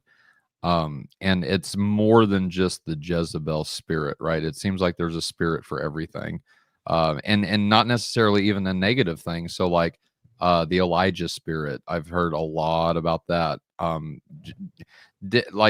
don't know. It almost, so to me, what it reminds me of is, so in the Orthodox Church, we have patron saints, right? And we ask certain saints if we're praying specifically like about addiction. There's not only our patron saint, like the saint that we're assigned to, or the saint that's assigned to us at baptism. So, for example, mine being Polycarp, but there are other saints that you would specifically ask intercession for regarding a specific element. Now, I don't know of any off the top of my head, but like, just say, for example, you are wanting to be free of addiction, right? There would be a certain saint that you would ask to intercede. And now I know where people are going to go with this in the chat and not necessarily on the panel, but well, that sounds a lot like paganism and praying to different gods for different things. And it's like, I don't make that connection. I used to whenever I was a Protestant, right? But for me now, since I've been Orthodox and my eyes have been kind of open to what prayer quote unquote prayer, keep in mind the old English term for prayer is request, right? Like whenever people would say pray tell, they would say, please, tell me what it is you're talking about. And so it's a polite way to request something from someone else. That's the word pray. Now we've turned it into, and maybe even anachronistically, like read back into history, this idea of communicating with X.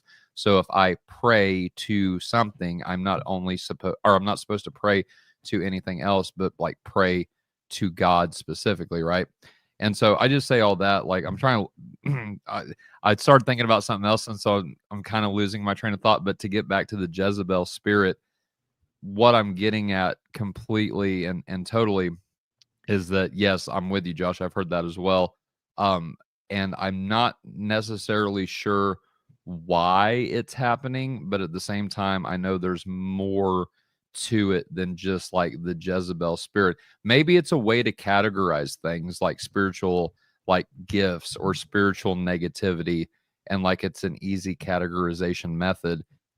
But I think there's more to it than that. If someone wants to jump in and knows what that is, that'd be fair enough at this point. So I might have some insight on this one as a Pentecostal.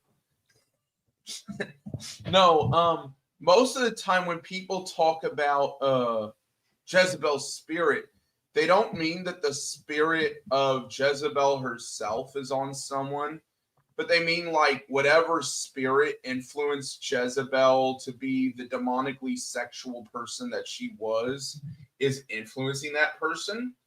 I have to be careful with this as a Pentecostal because I'm prone to Pentecostals, charismatics, we're prone to think spooky about things. I don't like spooky thoughts, so I have to be careful. I will say I don't go spooky with it. I don't think that everyone that is overly sexual instantly has the Jezebel spirit. I don't think that's the case. But I think you could make a case that at least some people are demonically sexual or sexual in a very demonic way. And if that's the case, then that would be the same spirit that was behind Jezebel. Gotcha. Okay. So in some sense, it would be talking about a spirit proper, like the noun, a particular personified spirit. But you're not saying that it would be Jezebel, the person. It would be whatever spirit was operative behind Jezebel. No, I don't think, and I may be wrong. Maybe I just haven't hung around enough fellow charismatics. I don't know, but I don't think any charismatic actually thinks that Jezebel herself is influencing people.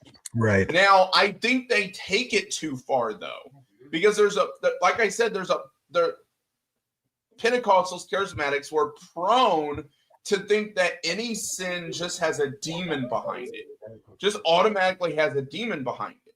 Now, I will say this, and I'm trying not to get spooky here, but if I do, you can roll your eyes and laugh at me or whatever.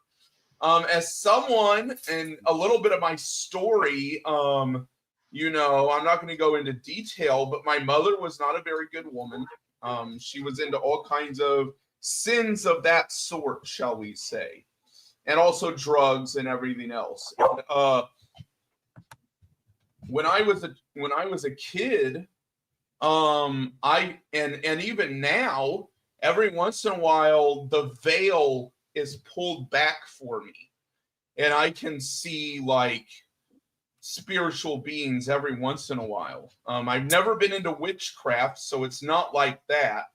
But every once in a while I can see like a figure that is distorted in a way or something of that sort.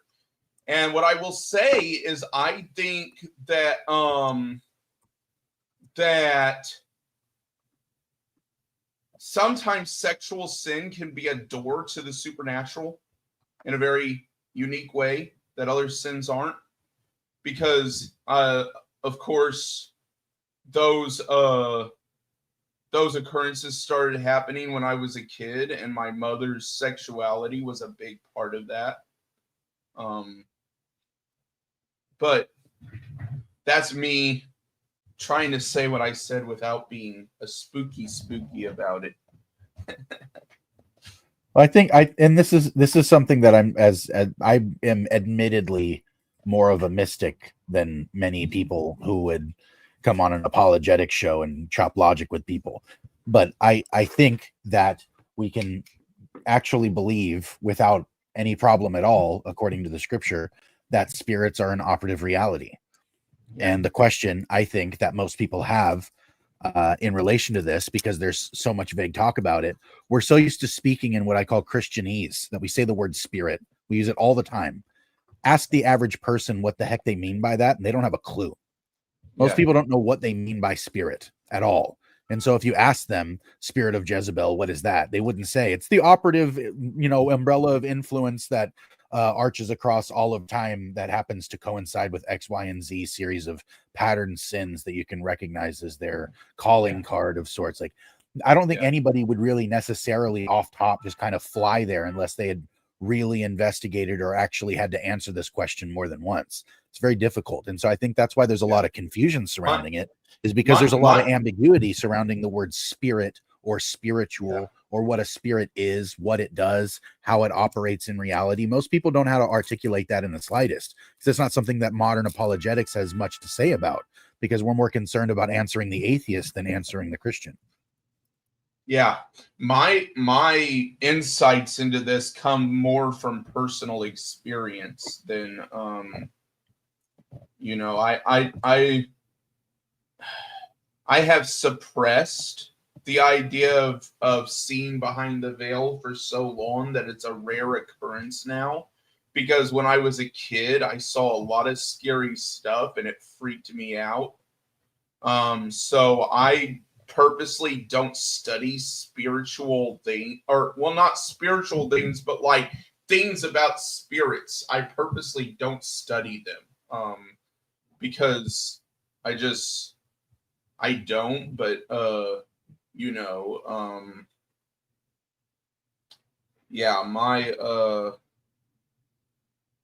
my experience is more my insight. And fair enough. I don't think there's nothing wrong with having like the anecdotes of your own experience to inform things. The difficulty is relying on them like in isolation. Because that's what makes it difficult to articulate, because there's only so many times that you could put your own experiences into words where it'll actually land for someone just first try. It's very rare, right? Especially an experience that's deep. It's very difficult to articulate to somebody. Especially if they don't have they have no hook to hang the hat on. They've never shared the experience. I'm careful to talk about what I just talked about, because a lot of people think that you're crazy when you just talk about it at random, at Vogue. I hope that no one here thinks that I'm just a fruitcake now. Well, I don't think you're any crazier than I am, but I don't know what that means. But I'm totally comfortable with talking about spirits in common parlance with anyone, because I've had very much the same experience. Not necessarily that it was all visual, but I've had enough encounters with things that are not normal, and I have enough experience with the scriptures, and I have enough experience with everyday life, and I also have quite a bit of experience, like I said, with being around addiction and recovery and things like that. I've seen enough of the underbelly and the heavens to see that there's a lot at work. There's a lot at play that you don't see with your eyes. And I think anybody who believes that what you see with your eyes is all that exists would be a fool. Yeah. Well, we know intuitively that there's things that exist that we don't see with our eyes, because even in scientific terms, you have like atoms and the quantum field and all that stuff that you can't see with your eyes, but definitely exist. Sure, Josh, that's true. I was going to say, Josh, you got like a really good, I think, front row seat to that. I mean, given the work that you work in, circumstances obviously dictate things, but at the same time, you've been around enough people to know, like, hey, look, there's common denominators between each and every individual. And one of the common denominators that you seem to be seeing anyway, or at least that's the way I'm getting it, is that there is a spiritual influence, attack, oppression, however you want to word that. I'm sure there's different levels to each, right? Oh, yeah. I know exactly what you're talking about, bro. Like I said, I live that life every day. And I know like it's to the point with me now, and I don't know how else to describe it, but to feel like pools basically. So I can definitely, whenever I have a mindset on sin, right, I feel like I am pulled but willingly toward that sin, right? It's like that's the only way I really know how to describe it, just thinking about it off the top of my head. Maybe I can come up with something better later, but like a magnet. Exactly. It's like a physical like drawing, right? And so with that being said, but there are other times where I resist it, right? And so I resist that pull, and the pull gets harder, but then at the same time, it's like there's this other pull that's pulling me the opposite way. And depending on where I go, it's definitely like I have the quote unquote final say in the matter, right? Nobody's dragging me kicking and screaming one way or the other.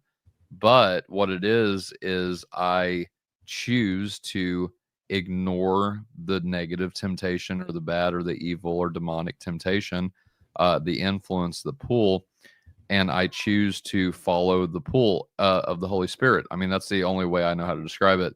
And sometimes, though, y'all, and so I think this would be a good segue into this, actually. I'm sure, and maybe I'm the crazy one here, and if I am, let me know. Yep. But sometimes, fair enough, sometimes it seems the pull of the Holy Spirit is slighter or a lighter effect than the pull of like the oppressor, let's say. It seems like it's so much easier, even as a Christian, it's so much easier to follow the thing that you're not supposed to do, right? The sinful thing. It's easier to do that than it is to obey. I mean, let's face it, it's hard to obey sometimes. Again, maybe I'm the black sheep here, but like, if y'all have ever had that experience, and I'd really love to hear from our chat on this one too, but like, what do you do? How do you resist to the point of like just tuning everything out, even if you're already walking in the negative direction? How do you stop, turn around, and go back toward the light, so to say? And I know people are going to say, you just do it, right? But for me, just as a practical person, just do it seems like it's a will thing, and that's what it boils down to. And I think there's more to it than that. Like, willpower is huge, but I think there's more things you can do than just simply willing it not to be so, willing it then to go in the other direction. There's more to it than that. There's practicality. So I'm curious if y'all have experienced that. What do you think about it? Go ahead, Jamie. You just resist the devil and he will flee from you. You just fall on the rock. You just Jamie two-step program. Yeah. You just, sorry, I'm joking. I just, clearly, because if I just do that, right, then I'm sinning every time, every single time. So, well, I think the way you describe the let's say the tugging experience, and especially saying that the Spirit's tugging is more subtle, because I think that's absolutely right. Like, it's, you have to be willful in order to follow the Spirit, which is a truth. Like, unavoidably, that's true, because you have to on purpose invest in going that direction, because almost naturally it will be more difficult than simply following the impulse. Right. I think it will be something that, like, you'll have a natural draw to want to do good because you're made in his image. But you will have a very strong draw, because negativity in general, like even in your experiences, it's much easier to remember things that went wrong than things that went right. Yeah. You could be having a great day and 5 minutes can ruin it. Yep. Why does 5 minutes ruin it? It's the weirdest thing. Yeah. But it's because you can notice things that are negative way faster than you can notice things that are positive. Why? Yep. Practically speaking, I think it's because you can only be so happy. But you can really be so messed up you die. Can I interrupt you just for a second, Josh? Like, I've seen that with other people too, with looking at other people. Like, they're so quick to point out the negative with that person. Like, say they screw up at work or whatever. You could do 1,000 things right? But the first time you do something wrong, like, people are so quick to judge that wrong and never even compliment you on the things that you do right. And then the minute you screw up, bam, there's that negative. That's what I'm going to hit on. That's what I'm going to bitch at him for, right? Like, that's what I'm going to gripe at this dude for. Excuse my language. That one kind of slipped. But that's what I'm going to gripe at him for. And so, like, it goes both ways. You recognize the negative not only within yourself, but within other people. And other people do that same thing, it seems like. Go ahead. Right. That's all I want to say. Yeah. Well, and what all I was saying is that there's actually a practical application for why it's the case that you're so much more sensitive to things that are negative, is because they're actually a threat to you, and happiness isn't. And so you're on alert for things that are threatening in a way that you're not on alert for things that are pleasing, unless you're a hedonist, right? Like if you're looking for things that please you all the time, it's because you're either naive or you're a hedonist. Right. But if you're not naive, and you've been burned once or twice, you know how expensive trust is. You'll be on the lookout for things. It's not stupid. It's not weird. It's actually rather useful to do that. But what happens is, just like anything else, something that is good that happens in the wrong way or too much becomes not good anymore. Yeah. I want to just hit on what you said real quick about hedonism, right? What the thing that popped into my mind whenever you said that was with marriages, right? I am not in love with him anymore, aka I'm not happy with him anymore, right? Now, granted, there could be a lot of things that lead to that, but it seems like within American culture anyway, it's a trend almost to get married to then, a few years, in some cases I've seen, a few months, that people get divorced because they've either quote unquote fallen out of love, or they're not happy with that person anymore. That's hedonism speaking, and that's not Christianity. Fair enough. I don't want to rabbit trail down there unless we all want to. That's fine. But I'm just saying, like, hedonism is a very big part of our culture today. Yeah, it is. Hedonism was part and parcel of the old pagan system. Yeah, like we've adopted. The only part of paganism that we haven't readopted yet is straight up idol worship. In some cases we do. Yeah. I was going to say, I think there are cases in which that's already, hey, twin, what's up, man? Well, yeah, but I was just suggesting that it's not as widespread as the hedonism and the other stuff that we see. Yeah, like literally worshiping an idol like they did. I would agree. I think there's things that have replaced that, though. Yeah, for sure. But Amber, go ahead. Okay. Yeah. I just wanted to lean into this idea that in the Old Testament, in the way that the Hebrew mind and Hebrew thinks is we are inclined to in one direction or another. And that takes work to change your inclination. And that takes a lot of focus and intention. But God knows that we are going to make choices. And so if you think, go back to Joshua, go back to when the law is given at Mount Sinai, over and over, the message is, choose this day who you will serve.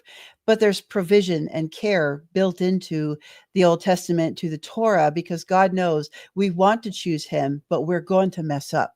And that's part of what the story of the Old Testament is saying. We just keep, even, humans will choose rebellion. That's just the part of the sin nature. That's what we've been given. And it's only through living in what is the whole point of the Shema is to constantly refocus your inclinations towards God instead of towards our broken nature. And so, but God knows, at the end of Deuteronomy, you've got Moses, who's been with these guys for 40 years, wandering around in the desert. They get back to where they're going to go. The old generation has died off. You got the new generation ready to take the promised land. And Moses says to them, choose this day who you will serve. But I know you're not going to, because you're a bunch of knotheads and you keep choosing rebellion every single time. And right. He predicts the Exodus, because he knows people are always going to choose the inclination towards sin and rebellion. But God is always there and has built in mechanisms to redeem us every time we mess up and make that choice, make the other choice. It's never, you're just left hopeless. And never a way back to God. God always makes a way back to him. Amen. That was very well said, Amber. By the way, I was not laughing at you, Amber. I was laughing at Cosmic Septic over here. Yeah. Mhm. Amber, I think God says they're chooches. Is that in the Hebrew? They're a chooch, something like that. Sometimes what? A chooch. He's making fun of me because I got my I get my words jumbled sometimes. He's giving me a hard time, because I love him anyway. Look it up, man. Jamie, that's gonna be your nickname, the Chooch. Just stop it, Chooch. Come What's on. up, Ace Philosophy? Hey, Ace Philosophy's in the house. How are y'all doing? What's up, brother? How you doing? I'm doing fine. I didn't really have anything to say at this moment, but I was just thinking if the conversation went in a direction that maybe I could contribute, then I would, chip in. Hey, it's open mic, man. We start and stop conversations all the time. What you want to talk about? Well, I have a lot of things on my mind. I've been investigating Christianity and the problems with it for a number of years now. Yeah. And I just find that, let me get this correct. You all are Eastern Orthodox, correct? No. No. Oh. Nope. Okay, Nope. I must have missed that. Were you at Eastern Orthodox at one point, or did you? So I'm the only Eastern Orthodox Christian on the panel right now. Okay. But the majority, okay, no, I take it back. I'm the only. So right now, so among all the hosts, I take it back. Is Amber, help me out here? Is Courtney, has she converted or not yet? She's in catechism class, but she hasn't fully catechized yet. Okay, so to my knowledge, and I think, yeah, give me a second. So you caught me off guard with this one. A's, my bad. So right now, I'm the only baptized Eastern Orthodox Christian on the panel, I think. Is that fair, guys? As far as we know, yes, you're the only one.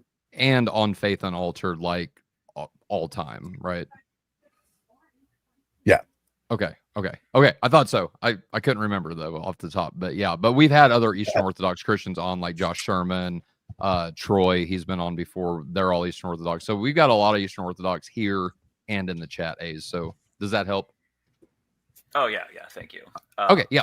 So if I was to subscribe to any modern version of Christianity, it would probably be Eastern Orthodox.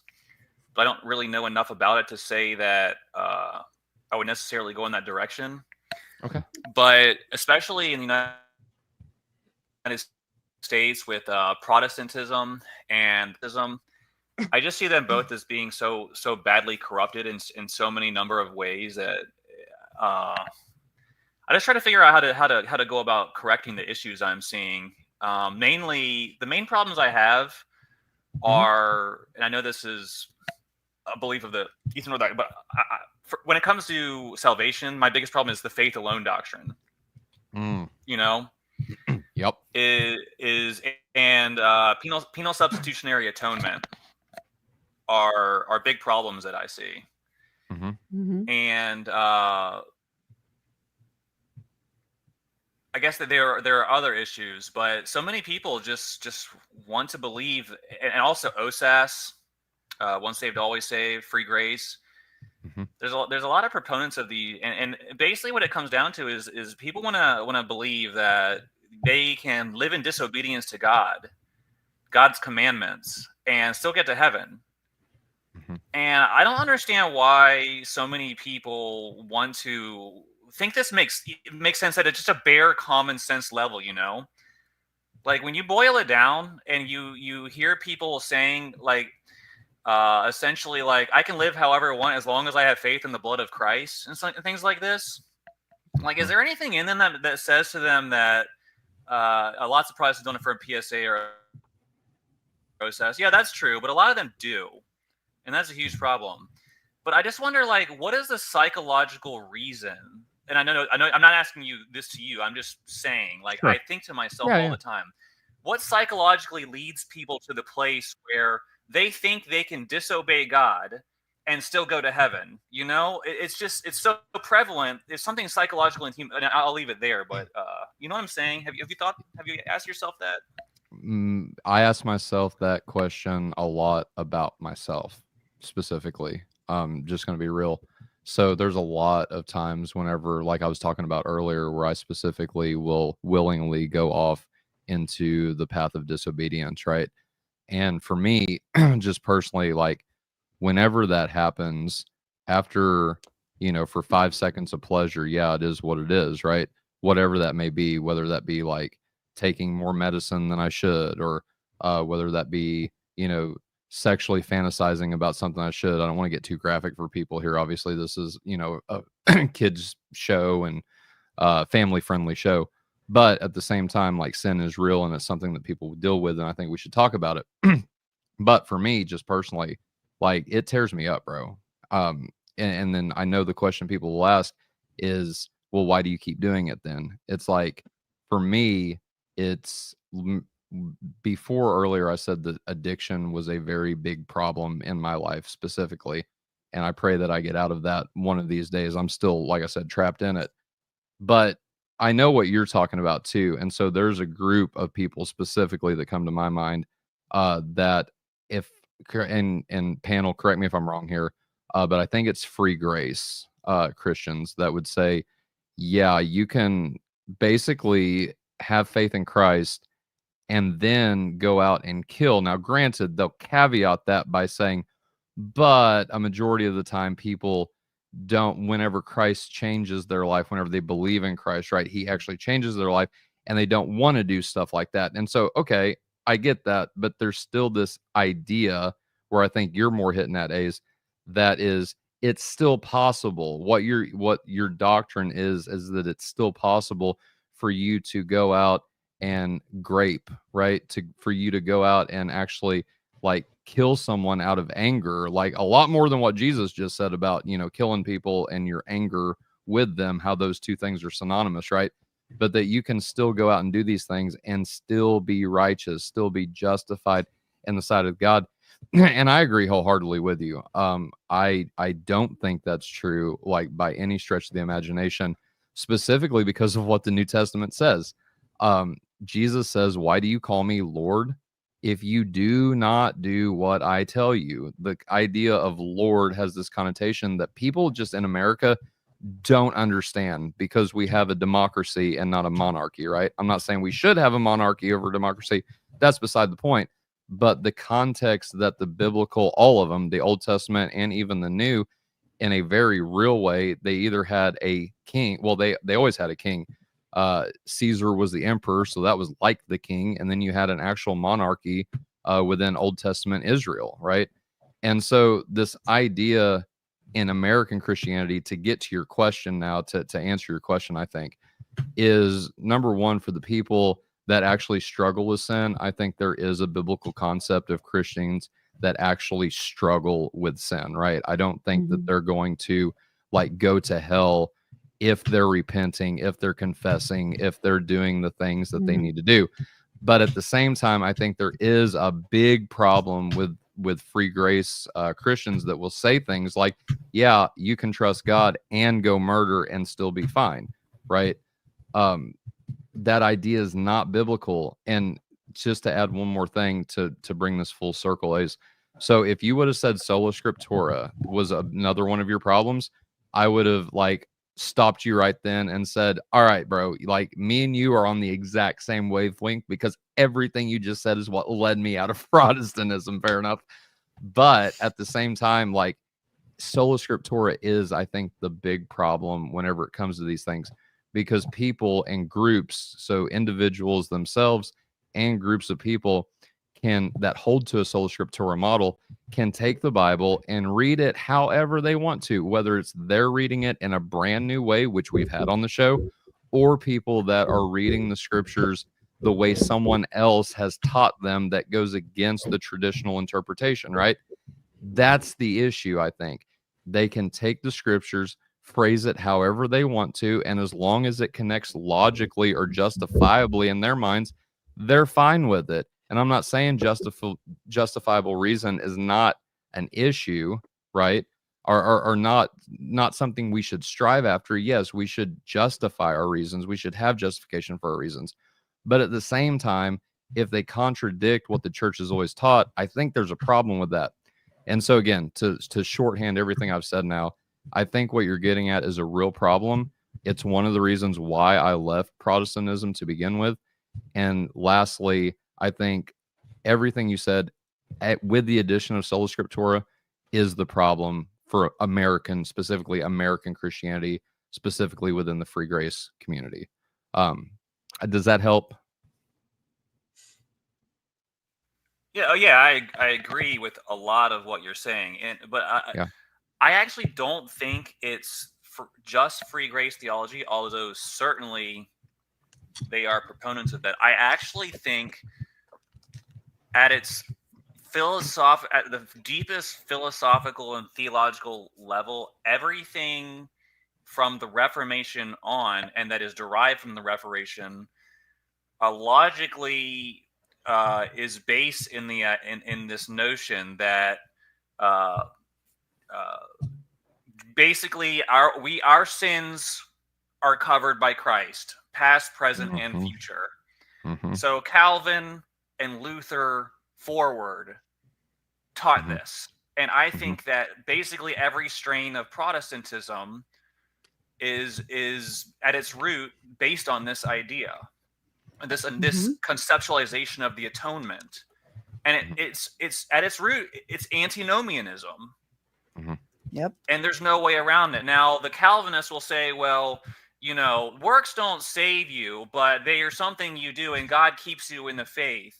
And they go about it. They deny human free will, which is a huge problem, because in my opinion, I think that general revelation and special revelation need to work hand in hand. And general revelation shows me that there's no being external to me controlling my thoughts. I am thinking my own thoughts. I am in control of my own will. I am an autonomous agent. God didn't give me my faith. I came to faith because it was a rational and truth-based choice. I'm kind of going off on a tangent here, but at the bottom line is, I guess, and I'm only responding to a small point, is that all of Protestantism is based on the idea that you can defy God and go to heaven. Would you agree with that? I would caveat that though by saying, like, some people, kind of like what Nick said earlier, and I know like there's Protestants even on our panel tonight that would reject PSA. So I think that's good that they're getting away from that idea. But yeah, historic Protestantism, Calvin, Luther, Zwingli, everything that stemmed from PSA, I would agree 100% with you. Yep. Well, and I don't know. It's probably not useful to say Protestants. It's probably more useful to be like more pointed at saying the person who affirms this particular doctrine would be in error because of X, Y, and Z. Because it's kind of like saying, Americans did this. Like, Americans are a ridiculously not homogenous group, right? So it's like, in the Protestant world, you have much the same problem, right? But I think that even still, let's say for somebody who is, because you had mentioned specifically the thinking process or psychology, something that brought about the motive or whatever. I think when we start to try to think backwards from a systematized doctrine stance towards somebody's psychology, all we can do is impute onto them something that's probably false, because there's no direct continuity between your psychology and your belief structure necessarily, right? However, you can say a person can develop a certain type of weakness based on the affordances of a belief system that they hold, right? That's fair. I think that's fair. So if you genuinely believe, like a Calvinist, a good Calvinist believes that they believe because God regenerated them, and that's why they now believe, is because God did the work. It's monergism, right?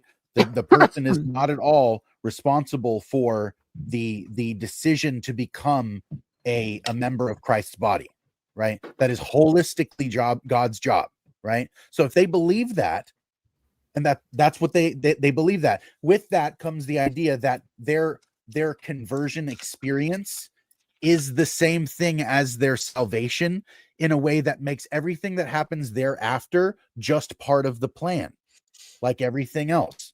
That can quickly get you into a mindset in which everything that is kind of it, not that you're doing this consciously, because it's not necessarily, again, a psychological feature, but it's something that is a feature of how you view the world is going to inform how you interact with it.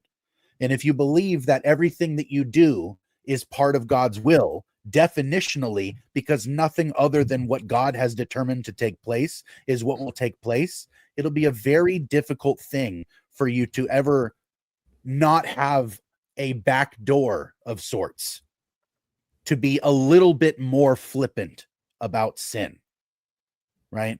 So it's not necessarily that I think it's not a psychological thing. I don't think people are in any sense dumber, right? Like I know some Calvinists who are really, really smart people. I just think they're wrong, right? Like, and I think that it's best to be careful about how we characterize things, just because not only does it keeps us humble about how we're approaching the thing, but also it keeps the person who you're talking to or about capable of listening for a much longer period of time, because you genuinely start from taking them seriously. And it's very difficult when you're online to do online apologetics and be in a comment thread and be personal with words and an icon on the screen. Like, it's very difficult to do that in a way that it's not as difficult. This is why one of the reasons why I prefer, if I'm talking to somebody in a comment thread on Facebook or on YouTube or whatever, I'll actually say, I would much rather have a one-on-one conversation with you about this. Is that something that you're willing to do? If somebody is not willing to do that, usually I'll say, then privately message me so that I can have an exchange with you that makes sense, because the comment threads on the internet don't really lend themselves to clarity and charity in that way, right? And so kind of aiming in a way that you can, and this is just a means by which you can be far more effective in getting your point across as well, is being far more pointed with the categories that you're thinking in as well. Not only do online threads, like general threads for the public, not lend themselves to charity and clarity, but when you have conversations on a thread like that, it quickly gets out of hand, because what'll happen is you're talking to someone who's fairly reasonable, but then their buddies who may be more unreasonable come in and start dogpiling the thread. And so it becomes a matter where the ability to have fruitful conversation is decreased, because you have a bunch of ignorant people jumping in where they're not needed. It reduces. And another problem I've had, especially on YouTube, is in some of these channels, when you try to have a discussion in the comments section, some of these people are just complete frauds, and they will block you, they will delete you, and I'm not going to name names.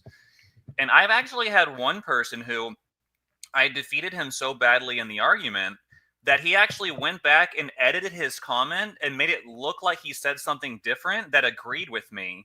And then afterwards he said, yeah, I agree with you. It's so just to that, but but honestly, he pulled a Billy Carson. Oh, I agree with that after getting roasted in debate with Wes Huff. Yeah, but that doesn't really address the point. On these, but here's the thing. Sometimes I will confront people very directly about these things, and when I start explaining to them the problems with their view, I notice that you get to a point where people start to break down and get emotional, and they start just denying reality. I'm speaking very generally here, but I think that there is a psychological issue going on here where, and I hate to say this, I think some people like the idea of being able to sin and go to heaven. I think that's what's motivating a lot of it. Yeah. I would say not in any explicit sense. I don't know anybody that would be fool enough to actually think that out loud in their head, or even out loud in general, unless they were just being sarcastic.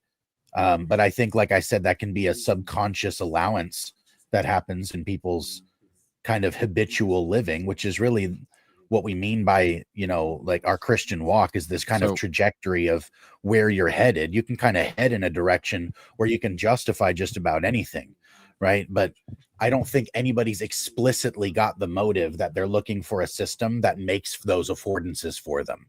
I don't know anybody that's on the theological market to think that way.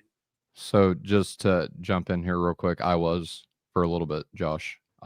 Personally, just speaking, there was a point in my Calvinist, and I'm not saying this is every Calvinist at all, but I can kind of relate to what A's saying here, if I'm understanding you correctly, which I think I have so far. Correct me if I haven't. But while I was right whenever I began my Calvinist journey, so to say, so we're talking 0 to 6 months in.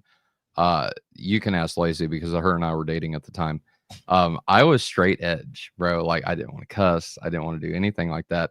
And then something happened, something shifted to where I got in my mind somehow, some way, that whenever I sinned, I would say to myself, and I think I've said this before on the show, that I would say, this is determined. This is exactly what God wanted for me.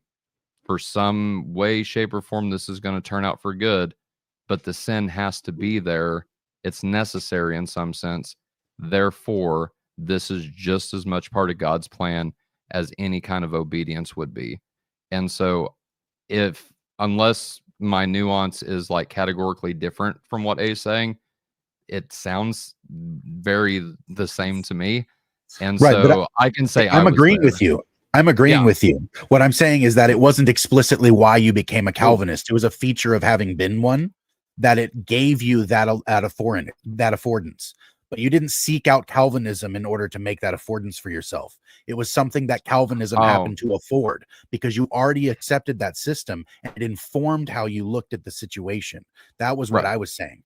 It was actually a feedback loop of something that was already influencing you, and it began to influence your habitual decision making and gives you whatever mental affordance that you have.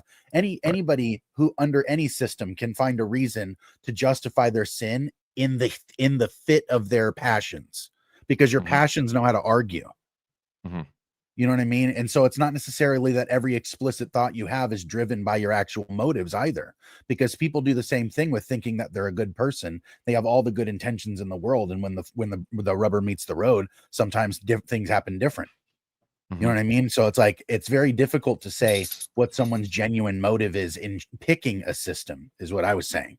Is that when somebody is genuinely looking into how they're trying to investigate what they believe and why they believe it, versus having the byproduct of a system that's flawed and having the affordances of something like that. I think because that's something that it isolates the system from its influence, but highlights the influence as a symptom.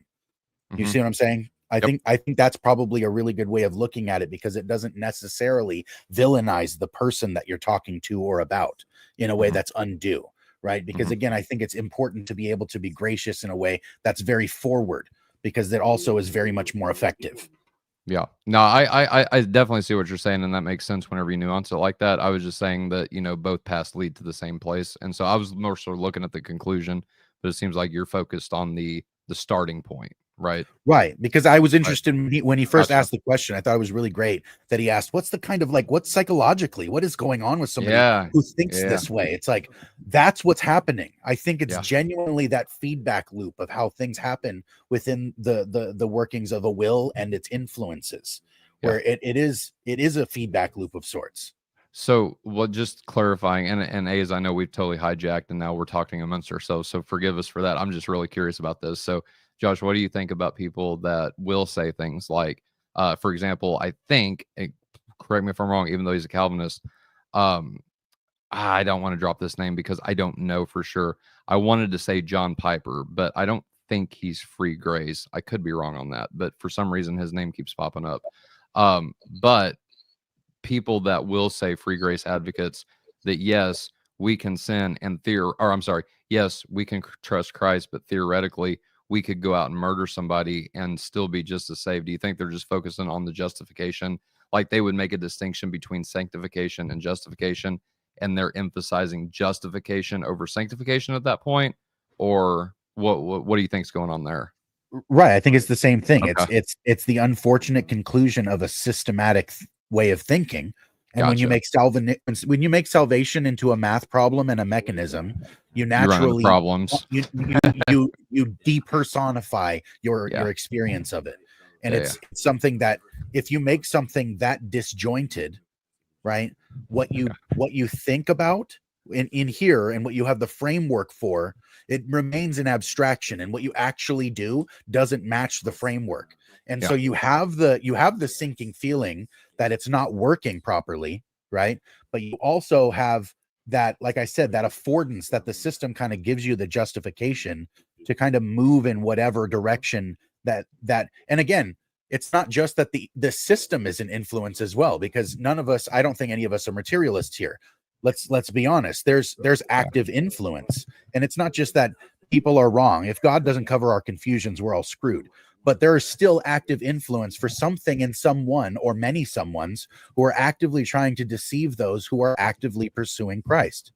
So just be aware also that there's a lot that goes into like assuming something onto a person motive wise, something that's that deep to a person's experience. It's very difficult to even explain your own experiences, let alone put that onto someone else's while you're talking with the person in order to try to figure out why they're choosing a system. But it is useful to note that because what you're talking about is intuitive, and it's like, when you believe in a system that says X, Y, and Z, you'll act as though that's true. What does that really look like when it pans out is the question. Right. So that's how I think you can see why I think that we make such a big emphasis about embodying your theology. If you can't act out your belief system, you're wrong. It's probably not a belief system worth having. Right. Yeah, I resonated with everything Josh was saying. I don't think it's something that they consciously think, like I said, where I want to sin and go to heaven, therefore I'm going to believe this theological system. I think it's deeper. I think that there is a belief, and this is part of my belief. I believe that people can attain to sinless perfection. And by that, I mean, I believe they can completely stop sinning. But I think that this view, there's a view out there, because sin is so tempting in this world. In this world of fleshly passions, there's just so many people who think there's just no way I'm going to escape these tendencies, these psychological patterns, that it's impossible. So I'm not going to. And all you want to believe when you die, you're going to go to heaven and you're going to keep living. So. Oh, they're teaching, look at this church. They're teaching that I have assurance of salvation. God wants me to try, but he's not gonna expect perfection because the blood covers me. So it's not like they're thinking about it explicitly, but it's kind of like, I can't do this. So, they think they can't do it. So they adopt this belief system subconsciously. Well, no, you're absolutely right, and that was my experience as well. Whenever you failed, so let me just give my personal experience real quick. So within the Orthodox Church, right, whenever we sin, we go to confession, we confess to our priest that, and now granted this, so whenever I talk about Protestantism here in just a second, this wasn't every time, but it did come up. But with Orthodoxy, there is a focus on how to conquer and overcome that sin, because we agree wholeheartedly on that. The entire sanctification, theosis, sinlessness achievable in this life. We've seen saints do it. Therefore, we can do it as well. We have the same Holy Spirit living within us. And so with that being said, though, whenever I go to confession, confess to my priest about my sin, we have a way to deal with that sin at that time and practical steps to apply if and when we get into that situation again, right? And so there's that.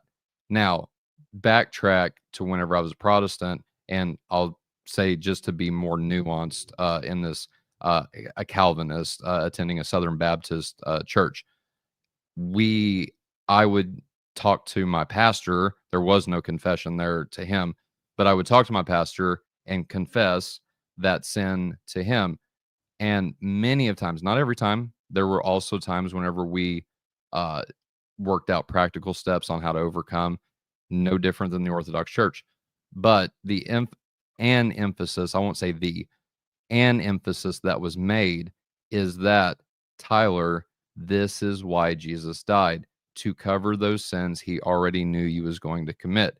And I'm not saying there's anything wrong with that. I'm just saying that there's this emphasis in that system to where, if hypothetically someone with a mindset already of justifying sin would feel a whole lot better about sinning in that aspect. Oh, okay, that's great. I could see how that could lead to something more destructive, to where someone would say, okay, I guess it doesn't matter if I sin because Jesus' blood covers it. So I get the steps you're making, is what I'm saying, and having that experience within a Calvinist church specifically. Like, I get the logical steps you're making there, is all I'm trying to say, just from my personal experience. I think I'll just finish with this because I've talked a lot since I joined the panel. No, I appreciate it. Yeah, and this is more to anyone who might be listening to this. I think people need to understand that. Well, let me do it this way. I think that the laws of God operate kind of like gravity. Anyone who jumps off of a building is going to fall down, everything else being equal. And just like the laws of physics operate eternally, the laws of the laws of the soul operate eternally. I mean, it's always been that people must obey God's law for salvation. And a lot of people are basically being taught and teaching that you don't have to obey God's law for salvation, and that they're going to be imputed righteousness and everything's going to be covered. I just feel like if your doctrine tells you that you can disobey God and get into heaven, you need to think about that and just ask if it makes sense. And maybe if it doesn't, which I don't think it does, you need to come back and reconsider and figure out where maybe you went astray. So I'll just leave it there. Yeah, I appreciate that, Ace. And it was fun having you on, dude. I'd love to talk to you more privately or publicly. Like, this was fun. I really appreciate you. I actually have a lot of unorthodox. I know that it's kind of like pun, but I have a lot. I didn't out you at all, did I? I know Jamie was sitting there. They don't know this guy, do they? But, no, I'm cool, man. Yeah, I tried to keep it mainstream. Yeah. But maybe sometime it'll be a little more argumentative and debatey or something. Yeah. Anytime. I know this guy. Thank you. All right. See ya. All right. That was fun. I like that. Okay, so let's deal with, unless Josh, you want to keep this going, or Jamie, you want to keep this going, like, I'm totally cool with that.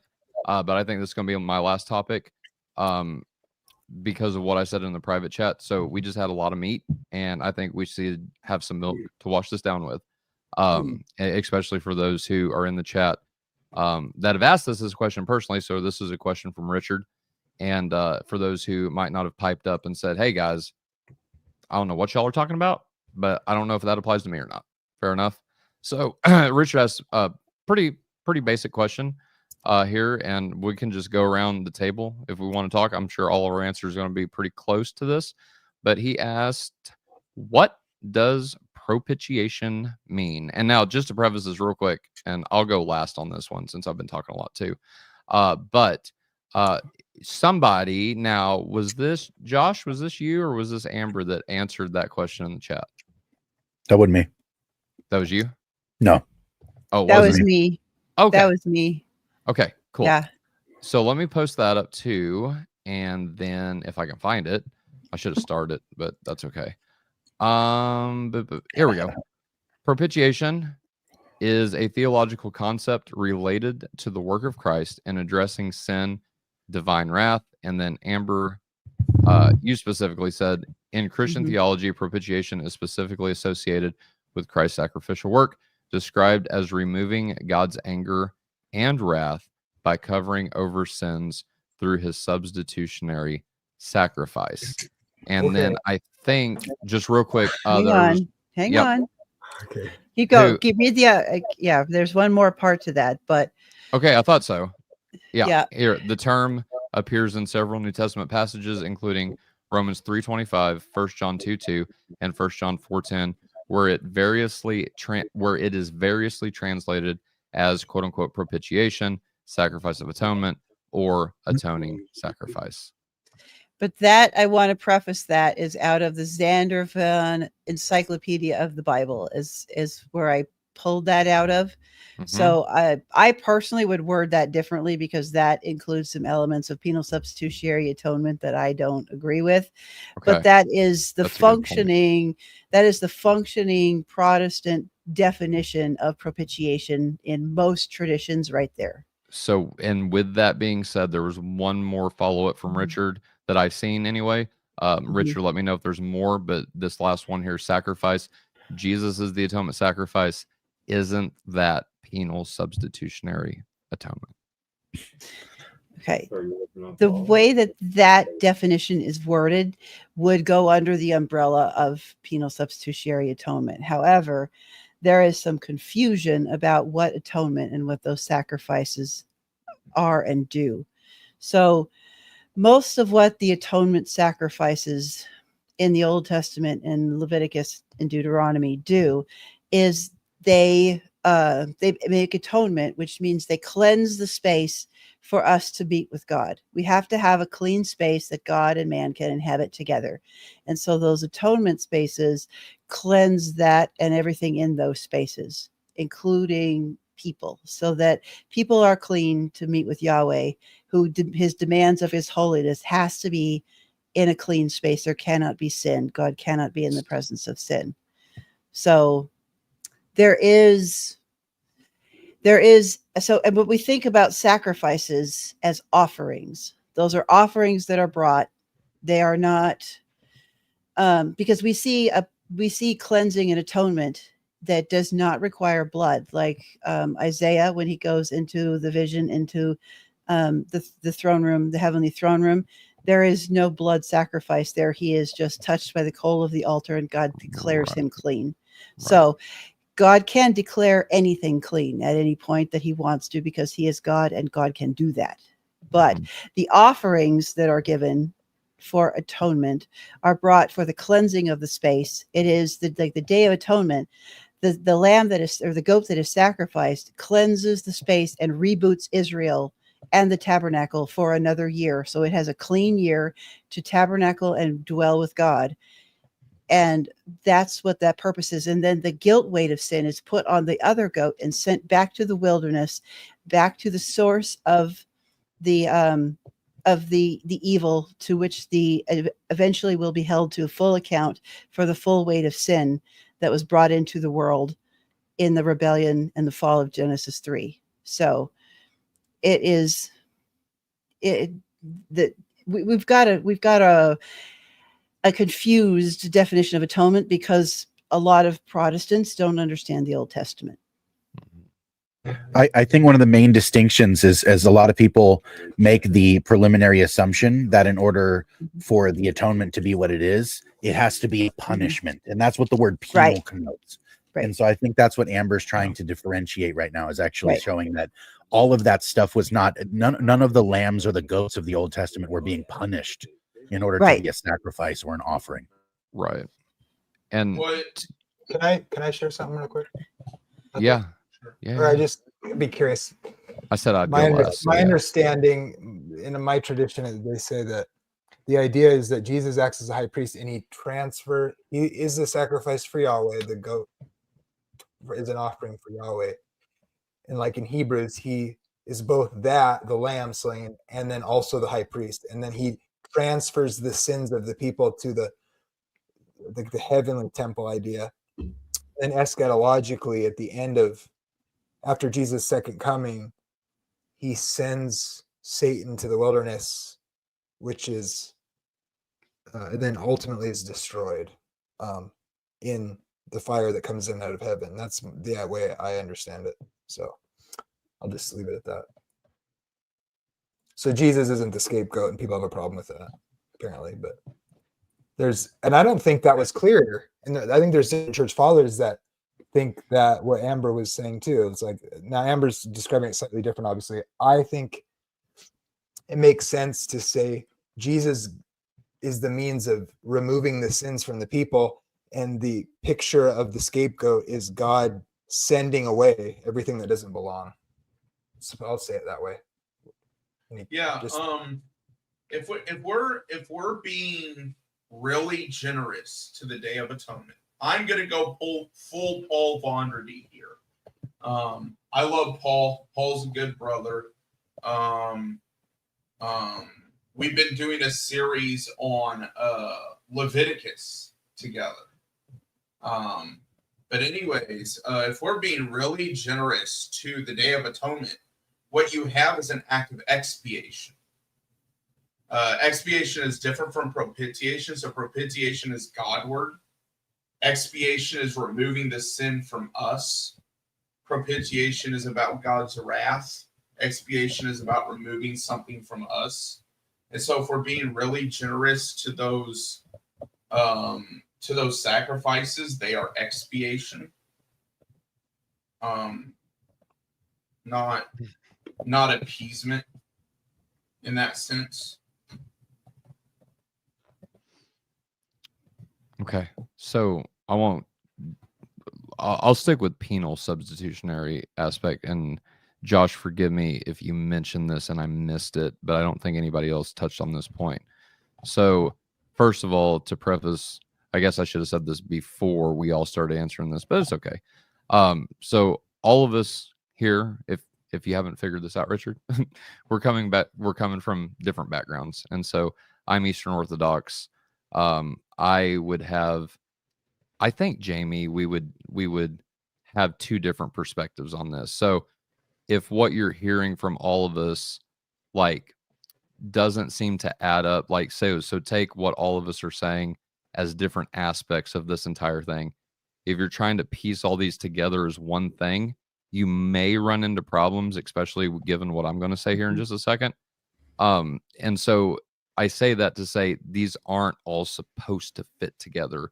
We're just giving you different aspects and different perspectives of where we're all individually coming from. And by the way, I have to say this because, Richard, forgive me if I have not seen you here before, but this seems like a new, you seem like a new person here in our chat. And so if you haven't seen any of our episodes before, I don't want you to mistaken anything I say about anything Eastern Orthodox wise as a formal representation of the church or as me speaking for the Orthodox Church. I do not do that in any way, shape, or form. I simply give my opinion. Yes. Tyler. He's a Lutheran that hangs out with Adventists. So is this his first time here? Yeah, I think so.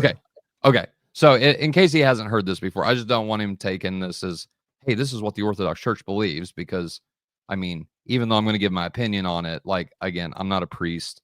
If you have an Eastern Orthodox parish nearby and want to go talk to a priest, I would recommend that. But I don't think I'm going to say anything different here than an Eastern Orthodox priest would say. But again, always double check with Orthodox sources, not YouTube videos on the internet, because people can be wrong about things, right? But I'll just address one aspect that I'm pretty confident in. So within Eastern Orthodoxy, we have this idea of, and Jacob kind of alluded to it, Paul Vonderty does an absolute fantastic series. I cannot recommend it there. So let me recommend a couple resources real quick. Number one, Paul Vonderty's 77-part series on penal substitutionary atonement. It's fantastic. I won't give anything away. I think everybody should at least go through and listen to that once. If you cannot afford it, it is somewhat pricey, but I will say $50 for this 77-part series. I think Paul should charge more for it because of the content and the depth of information that's there. I think it's worth a lot more than $50. But if you can't afford $50, him and, well, he's been on this channel to do a brief discussion about penal substitutionary atonement. You can find that on our Eastern Orthodox playlist. Also, he done two fantastic series with Idol Killer, Warren McGrew, over on his channel. So just type in Idol Killer in the chat, or I'm sorry, not in the chat, but Idol Killer in the search bar. And if you want to add PSA, so Idol Killer PSA, and two playlists should pop up. One is PSA. It's a 17-part series, I think, if I'm not mistaken. It's a playlist with 17 episodes on it. And also, Idol Killer has a 15, if I'm not mistaken, 15-part series addressing Mike Winger, Pastor Mike Winger, and his PSA claims. And so the final resource I would recommend is a book by actually my soon to be, I think he's going to be a bishop. Right now, he's an archmandrite of the Eastern Orthodox Church. So he's who my priest and all the other priests of our not jurisdiction, but of our region, I guess would be the way to describe it. So there's different Orthodox churches in different quote unquote regions where we would report to a bishop or an archmandrite. And Father Jeremy Davis is ours, who actually wrote the book Welcoming Gifts. You can find that book on Audible if you're into audiobooks, or you can buy a copy on Amazon, and I can link that in the description if you're interested. But it's called Welcoming Gifts by Father Jeremy Davis, and he does an amazing job. And I'm not just saying this because he's my archmandrite. He really does an amazing job. I got the book before he was our archmandrite, so I can say this about him. But he without unbiased, or with unbiasedness, I guess I should say. But this book is a fantastic book from an Eastern Orthodox perspective that deals with the topic of sacrifice and sacrifice alone. I can't 10 out of 5 stars because this book really goes into depth. It's a book Josh Sherman, a good friend of ours, would recommend, and actually recommended to me. And that's the reason I got it. So if you like audiobooks, it's on Audible. And if you like paperback or physical copies, it's there too. But I say all that to say this. The main difference between Eastern Orthodoxy and PSA, we have a view called the restored icon model. St. Athanasius the Great argued for this in his book on the Incarnation, and many others. St. Gregory Nazianzus, one of the Cappadocian fathers, he argued for this view directly. But the idea between PSA, or the difference, I guess I should say, between PSA and the restored icon model, is that within our view, within the restored icon model, we do not believe that the Father poured out his wrath on the Son. That would ultimately lead to, and I'll let the resources argue for why this is. I'll just mention it in passing since we're wrapping. But we believe that would result in what is called anti-Trinitarianism. The idea that the Father and the Son were in some way, shape, or form disconnected. If that were to happen, the Trinity would dissolve and God would no longer be God. Now, granted, Jesus does say, "Father, my God, why have you forsaken me?" on the cross. My quick answer to that is he's quoting he's quoting the first part of Psalm 22. And if you read that entire psalm, actually down at the bottom, it says that the Father, God in the Old Testament, did not forsake him. He did not turn his face from him, as the direct quote from that scripture is. So Jesus didn't say, "God, why have you forsaken me?" and God the Father actually forsook him on the cross. No, this is a quotation, and it's a Hebrewism of Amber, how would you describe this? This is something that Jews did. They would quote the first part of a passage of the Old Testament, showing that the people, if they haven't had this memorized, they should memorize it. But it was a reference to the entire passage. Is that right?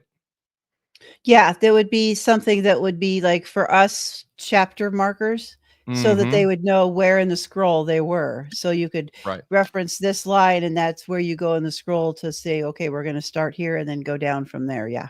Right. So whenever he wasn't using it as I'm going to pick out this little part, and I just mean this little part. Obviously, that's not true. and that's stupid. Right, Jamie, that you nailed it. So both of you guys just nailed that. So yeah, so Jesus wasn't saying, Father, Father, why have you forsaken me? He is showing those who knew the Old Testament, hey, I'm fulfilling scripture here, and this is the Psalm 22, I am fulfilling right now. So go check up on that Psalm if you're not familiar with it and read the entire thing. All right.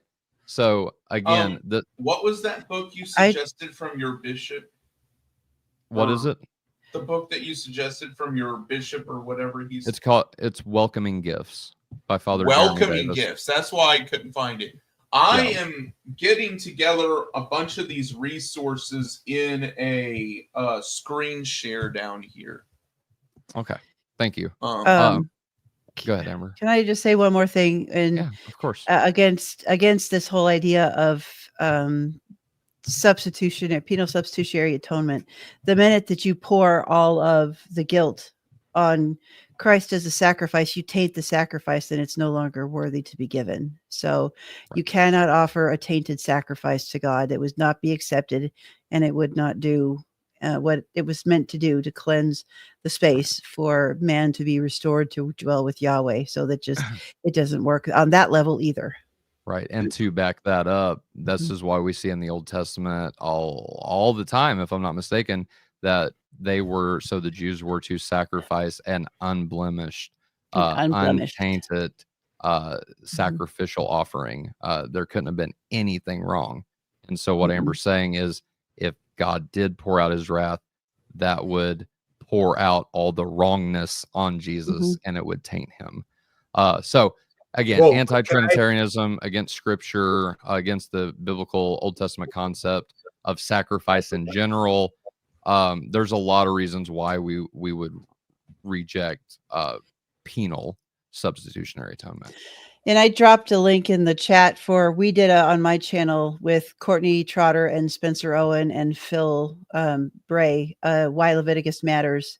And we've got a couple more videos in that series coming out, because we're really going and talking about the sacrificial system and the imagery. And so that one is shorter than a 77 video series. If you want like something I think that was 2 hours long. It gives you a good primer start to getting your handle on that. But we have a few more videos in that series coming out here in a while. So there you go. Richard, you've got short resources, you've got medium resources, and you've got resources that could last you a year if you wanted them to. So there you go. But I hope that answers your question, Tyler. And I want to push back, because I've been dying to get people who have us. I don't totally disagree with what you guys are saying. Jesus died. Yeah. God died. Yeah. And so it just seems like he might have felt a little bit forsaken, dying and all. Oh man, you would bring this up right now. Okay, I think that Jamie is going to facilitate an awesome episode about this, in which Tyler and I can feature, because that would be really fun to do. Yeah. I think that would be really fun to do.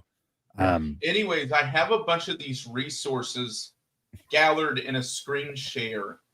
Well, hold on. Before you do, I actually have to hop off of here in just a second. So what I wanted to do, I want to let everybody know that next week we're doing the 5K giveaway.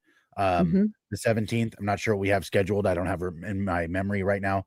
For the 24th, I will be doing symbolism of life and death. Gonna have a new guest for Cosmic Corner, Matthew McGuire. And then after that, on the 31st, with my new co-host Jalen, going to be doing a discussion on racial identity. Is it normal or demonic? And yeah, that's a little bit clickbaity. I like it. I love it. I hope that tickles your fancy. And if it isn't something that tickles your fancy, let me know and I'll get my fancy tickler. So if you guys like what you're seeing, please like and subscribe. Like this video, subscribe to the channel. Thank you, Richard, for subscribing earlier. It looks like he's still sticking around, so that's probably a good thing. But I do have to hop off of here. I just wanted to say, love you guys. This was fantastic. Great stream, great open mic. Bye. Hey, and for once, I stayed on topic. Fantastic. I gave you an 8 out of 10. Mark your calendar. 7.7. C minus. You passed barely. All right, you guys. See you later.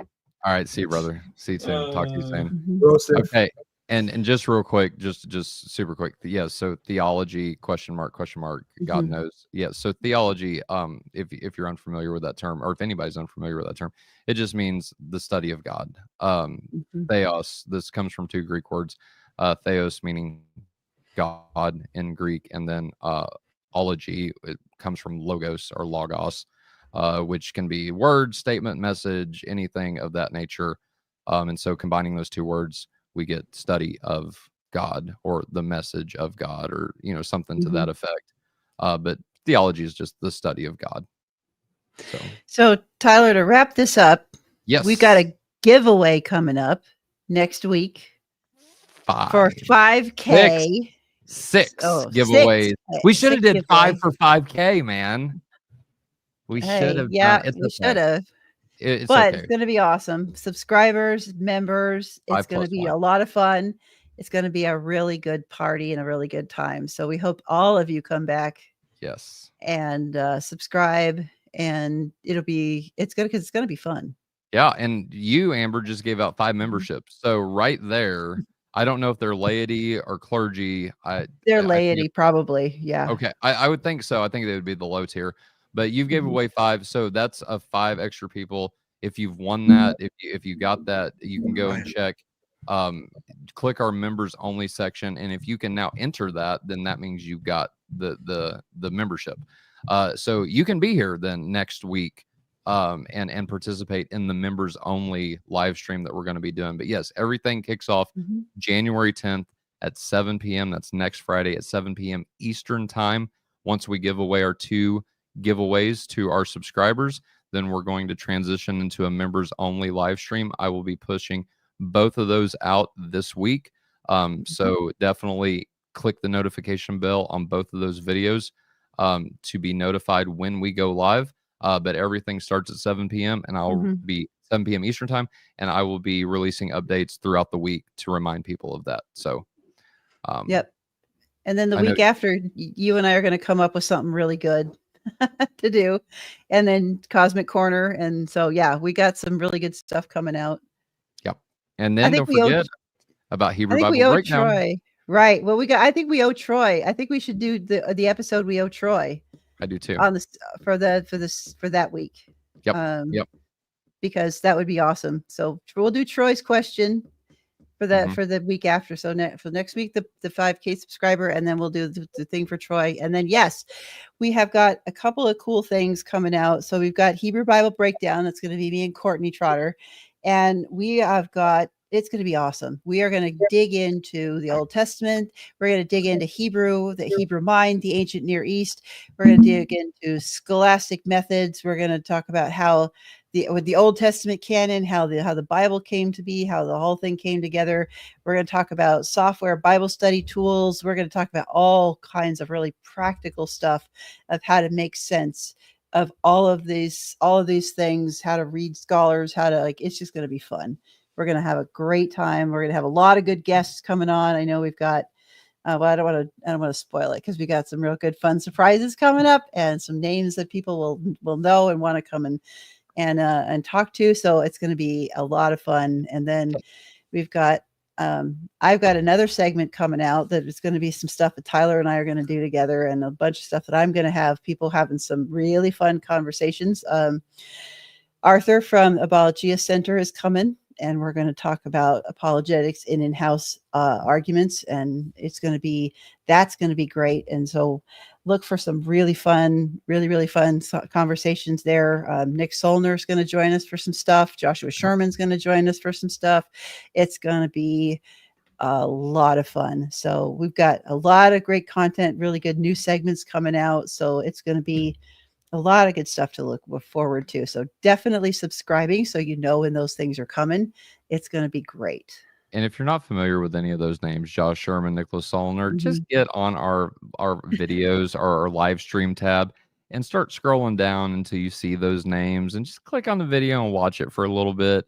and then you'll definitely want to come back, because these guys bring a whole lot of something anyway, I guess. No, I'm just playing. They bring a whole lot of good theology, good arguments.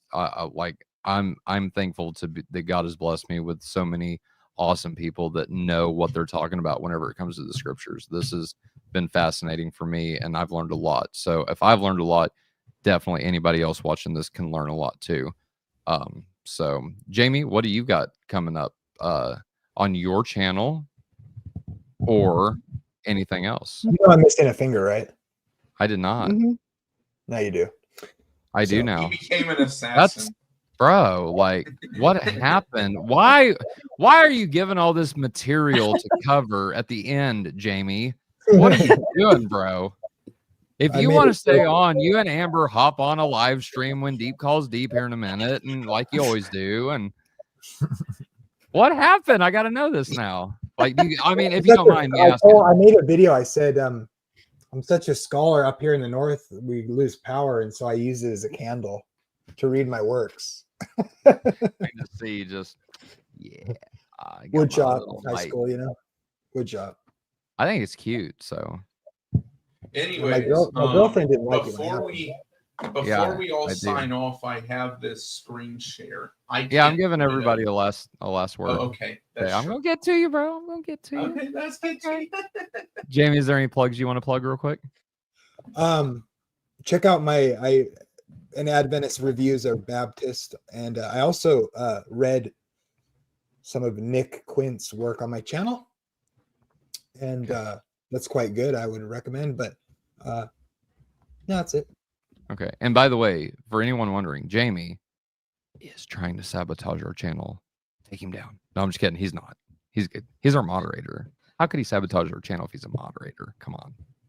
I mean, he could allow stuff that you don't. Well, it's hard. I struggle with not always pushing what I think, but also listening to what other people have to say and taking it seriously, and not wanting to be like slimy and not wanting to be like overly over the top. And obviously, it's hard to do to have a different. I mean, I have things I believe that are pretty much ingrained, but I want to be open to other people, and I don't want to be upfront about it, but not overbearing. So it's kind of. I think I have stuff to learn, and I like talking to this group of people. So I recommend subscribing to this channel. So thank you. Yeah, thank you, brother. We love having you. All right, Jacob, here we go. What you got? So I have some resources on atonement, and I'm going to get to my stuff here in a Dude, minute. get that Will Hess nastiness off of here. What is that? Block it. Get it now.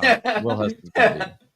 But anyways, so there's Will Hess's Crushing the Great Serpent, good book on atonement. There's this book I found that I'm excited to read, Lamb of the Free. There is, I hope this is the right book. That's the it. One you point. That's it. Yeah, that's it. That's the right book. This is the one that Tyler pointed to. Mm-hmm. Warren McGrew on his first series on penal substitution. His series Responding to Mike. And my series on Leviticus. And then since we're now on my stuff, I'm going to, and let me click pause real quick. So I've reworked my channel a little bit, and now it looks, so if you go down channels I endorse, I've got all my buddies down here now. So if you go, you're on here. I was gonna say I don't see me on there, but you're on here. You're right here. You're all right. You're well. There she is. But no, what I've got coming up is I've got the final part of the Leviticus series with Paul Vondrady. Paul Vondrady. Sometimes even I struggle to say it. Paul is going to have some harsh words for me later. But I have the final episode with Paul Vonderty coming out tomorrow. I also have an episode on the 13th with Amber. So excited about that. And yeah, there's some other stuff coming. Just if you watch one of my live streams, the end of my intro video is always the coming attractions, the videos I plan on putting out at some point in the near future. So yeah. Anyways, that's all I got. All right. Right on. Jamie bounced, it looks like. So that's my cue to wrap up finally. No, I'm just playing. But Jamie's gone. We can't go anymore. We can't do it no more, guys. We can't do it. Jamie's the star of the show. That's right. Jamie's the star. That man looks more like Jesus than I do with long hair. So we got to have Jamie. But anyway, I was in the private chat earlier. I was making the joke that I'm jealous of Josh's beard. Everybody, he's got a much better beard than I do. Eastern Orthodox priests are jealous of Josh's beard. So I concur with them. I'm jealous of Josh's beard. This patchiness is not working for anybody, especially myself. But no, I appreciate all of our guests tonight. I appreciate those who joined us to ask questions, to give comments, to just chat. Like, this is why we do open mics. This is for y'all. We try to give back to our community, to our subscribers, to our members, and this is one of those ways we do that. Again, this has been plugged so many times tonight, but I want to just plug it one more time. January the 10th, this is next Friday at 7 p.m. Eastern time. We're giving back in the biggest way we have so far since we've started this channel, and that's by doing 6 different giveaways, 2 for subscribers, 4 for members, and then 1 for our clergy only. That's going to be super, super nice. Like, I really think whoever wins that, I think whoever wins all of them are going to be blessed. But that big giveaway, because we all know what it is, but we're going to keep that under wraps until the day of. I might release it early, I might not. I don't know. We'll just have to see. I think that makes it fun though, and so. But I really, and I'm not just trying to toot my own horn or anything like that, or ramp this up to be something that it's not going to be. I really think whoever wins that clergy one is going to be super, super excited and really blessed, to be perfectly honest with you guys. I'm gonna join clergy now, but not so I can get the prize, but so that I can make funny video suggestions. Yeah, you guys will have to do them. that we will. Now keep in mind our what are they, Amber? What? Our something is subject to I have veto power over subjects that we do on this segment. Veto power. There you go. There you go. Although I do think it would be fun to get in a debate with Jacob, but do a devil's advocate debate, like where I would represent oneness and he would represent like the Trinity. I think that would be very interesting. I would toast you in that debate. I probably. I've gotten so much better with fun. my apologetics since my Andrew Elliott debate. Hey, and yeah, that was a interesting debate. I'll put it like that. Andrew and I talked a lot then, whenever that debate came up, and then after, and so yeah, I knew what was coming with that, and that was before we started talking like we do now.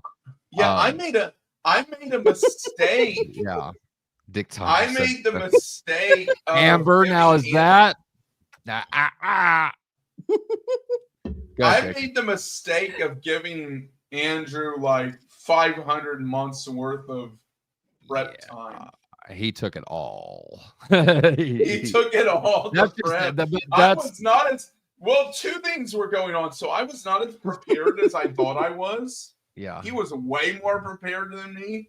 And number 2, my ADHD was really bothering me, and I had distractions in the room at the time. I won't go into details, but yeah, it wasn't my best performance. If you want to see a better performance, go to my channel and watch my debate against Stacy Turbeville. Stacy Turbeville, I debated him. He's a Unitarian. I debated him. I actually won. That debate is finally up. So, all right, right on. Check that out if you're interested in it. And yeah, don't go searching for me and David Paulman though, because that's like a Jacob versus Andrew debate. Like that happened to me too with David Paulman. So he stomped my. it's Yeah. okay. Anyway. I'm Yeah. I'm good spirited about it. I mean, Andrew gives me crap on Twitter every once in a while. He'll come on there and you know, he has to be the dissident because I'm oneness and he's former oneness. So when I say something, sometimes he's got to be like, "Oh, that's not the case." Not that I'm mocking him, but just that's Andrew. He's got to do stuff like that. I love Andrew Elliott, so I gotta get him back on here to talk about getting into or converting to Eastern Catholicism. That's going to be a fun discussion that not too many people even know about, like Eastern Catholicism in general. So, but anyway, that does it for us tonight, y'all. Again, thank you to our guests, thank you to our panel, thank you to our members. A huge shout out to our members, each and every one of them, and our clergy, our laity, and our subscribers. We love each and every one of you. If it's your first time here, consider subscribing, hitting the notification bell right next to that. Click all notifications to be notified every single time we go live or upload a video in any format, whether it's a video or whether it's a live stream. If you click the bell, click all, you'll be notified every time we go live. And a shout out to those who it's not their first time here. They're recurring people joining the chats and things like that, or not even commenting, but haven't subscribed yet. I would encourage you, if you're liking what you're hearing and you want more Christian content, that you would consider subscribing. It just helps us out with the algorithm, and it puts us one more subscriber up there. And so the way the YouTube algorithm works is that the more subscribers you have, the more YouTube is going to push you. And so with that being said, we ask everyone that's watching this video, if you would, please take 2 seconds to leave us a thumbs up, a like on the video. That helps the YouTube algorithm push us out to more people. And also, if you would take 2 more seconds to click share and then post it up on your social media pages, that would be fantastic. We would really, really appreciate that as well. You can always, if you want, again, this is not a requirement by any stretch of the imagination, but if you would like to financially support our ministry to keep it on the air, to keep internet bills up, to keep hardware and software up to date, then please consider donating to us. We take multiple ways. You can super chat, cash app us. Super chat, super thanks, and a super sticker. You can do that by clicking the little $ at the bottom right-hand corner of your screen and follow the on-screen instructions from there. Also, in the description of this video, you'll see a link to our link tree. On there is links to our PayPal, our Cash App, and our Venmo. We also take one-time donations through each of those sources. And so if you would like to donate a couple bucks, $1 or $2, that would be perfectly fine with us. And also, if you can't do any of the above mentioned, all we ask is that you would please pray for us individually as host, and for this channel as God reaches more and more people with this. We become more and more responsible for teaching and for the people that we bring on. And so I would just ask that God would lead us in all those decisions, and that God would be the forefront of this ministry. That really about wraps it up, that God would be the forefront of this ministry and that his name would be glorified. And so with that being said, y'all, thank you so much again. And we are out of here for this evening. But again, join us next Friday night, 7 p.m. for our giveaway. Tatter Bible. Thank you, Jacob, for becoming a member. And that's right there. That's how you do it. So please consider doing that as well. And so we love you all. We thank you. Good night. God bless. And you know what? Let us love one another as Christ so loved us.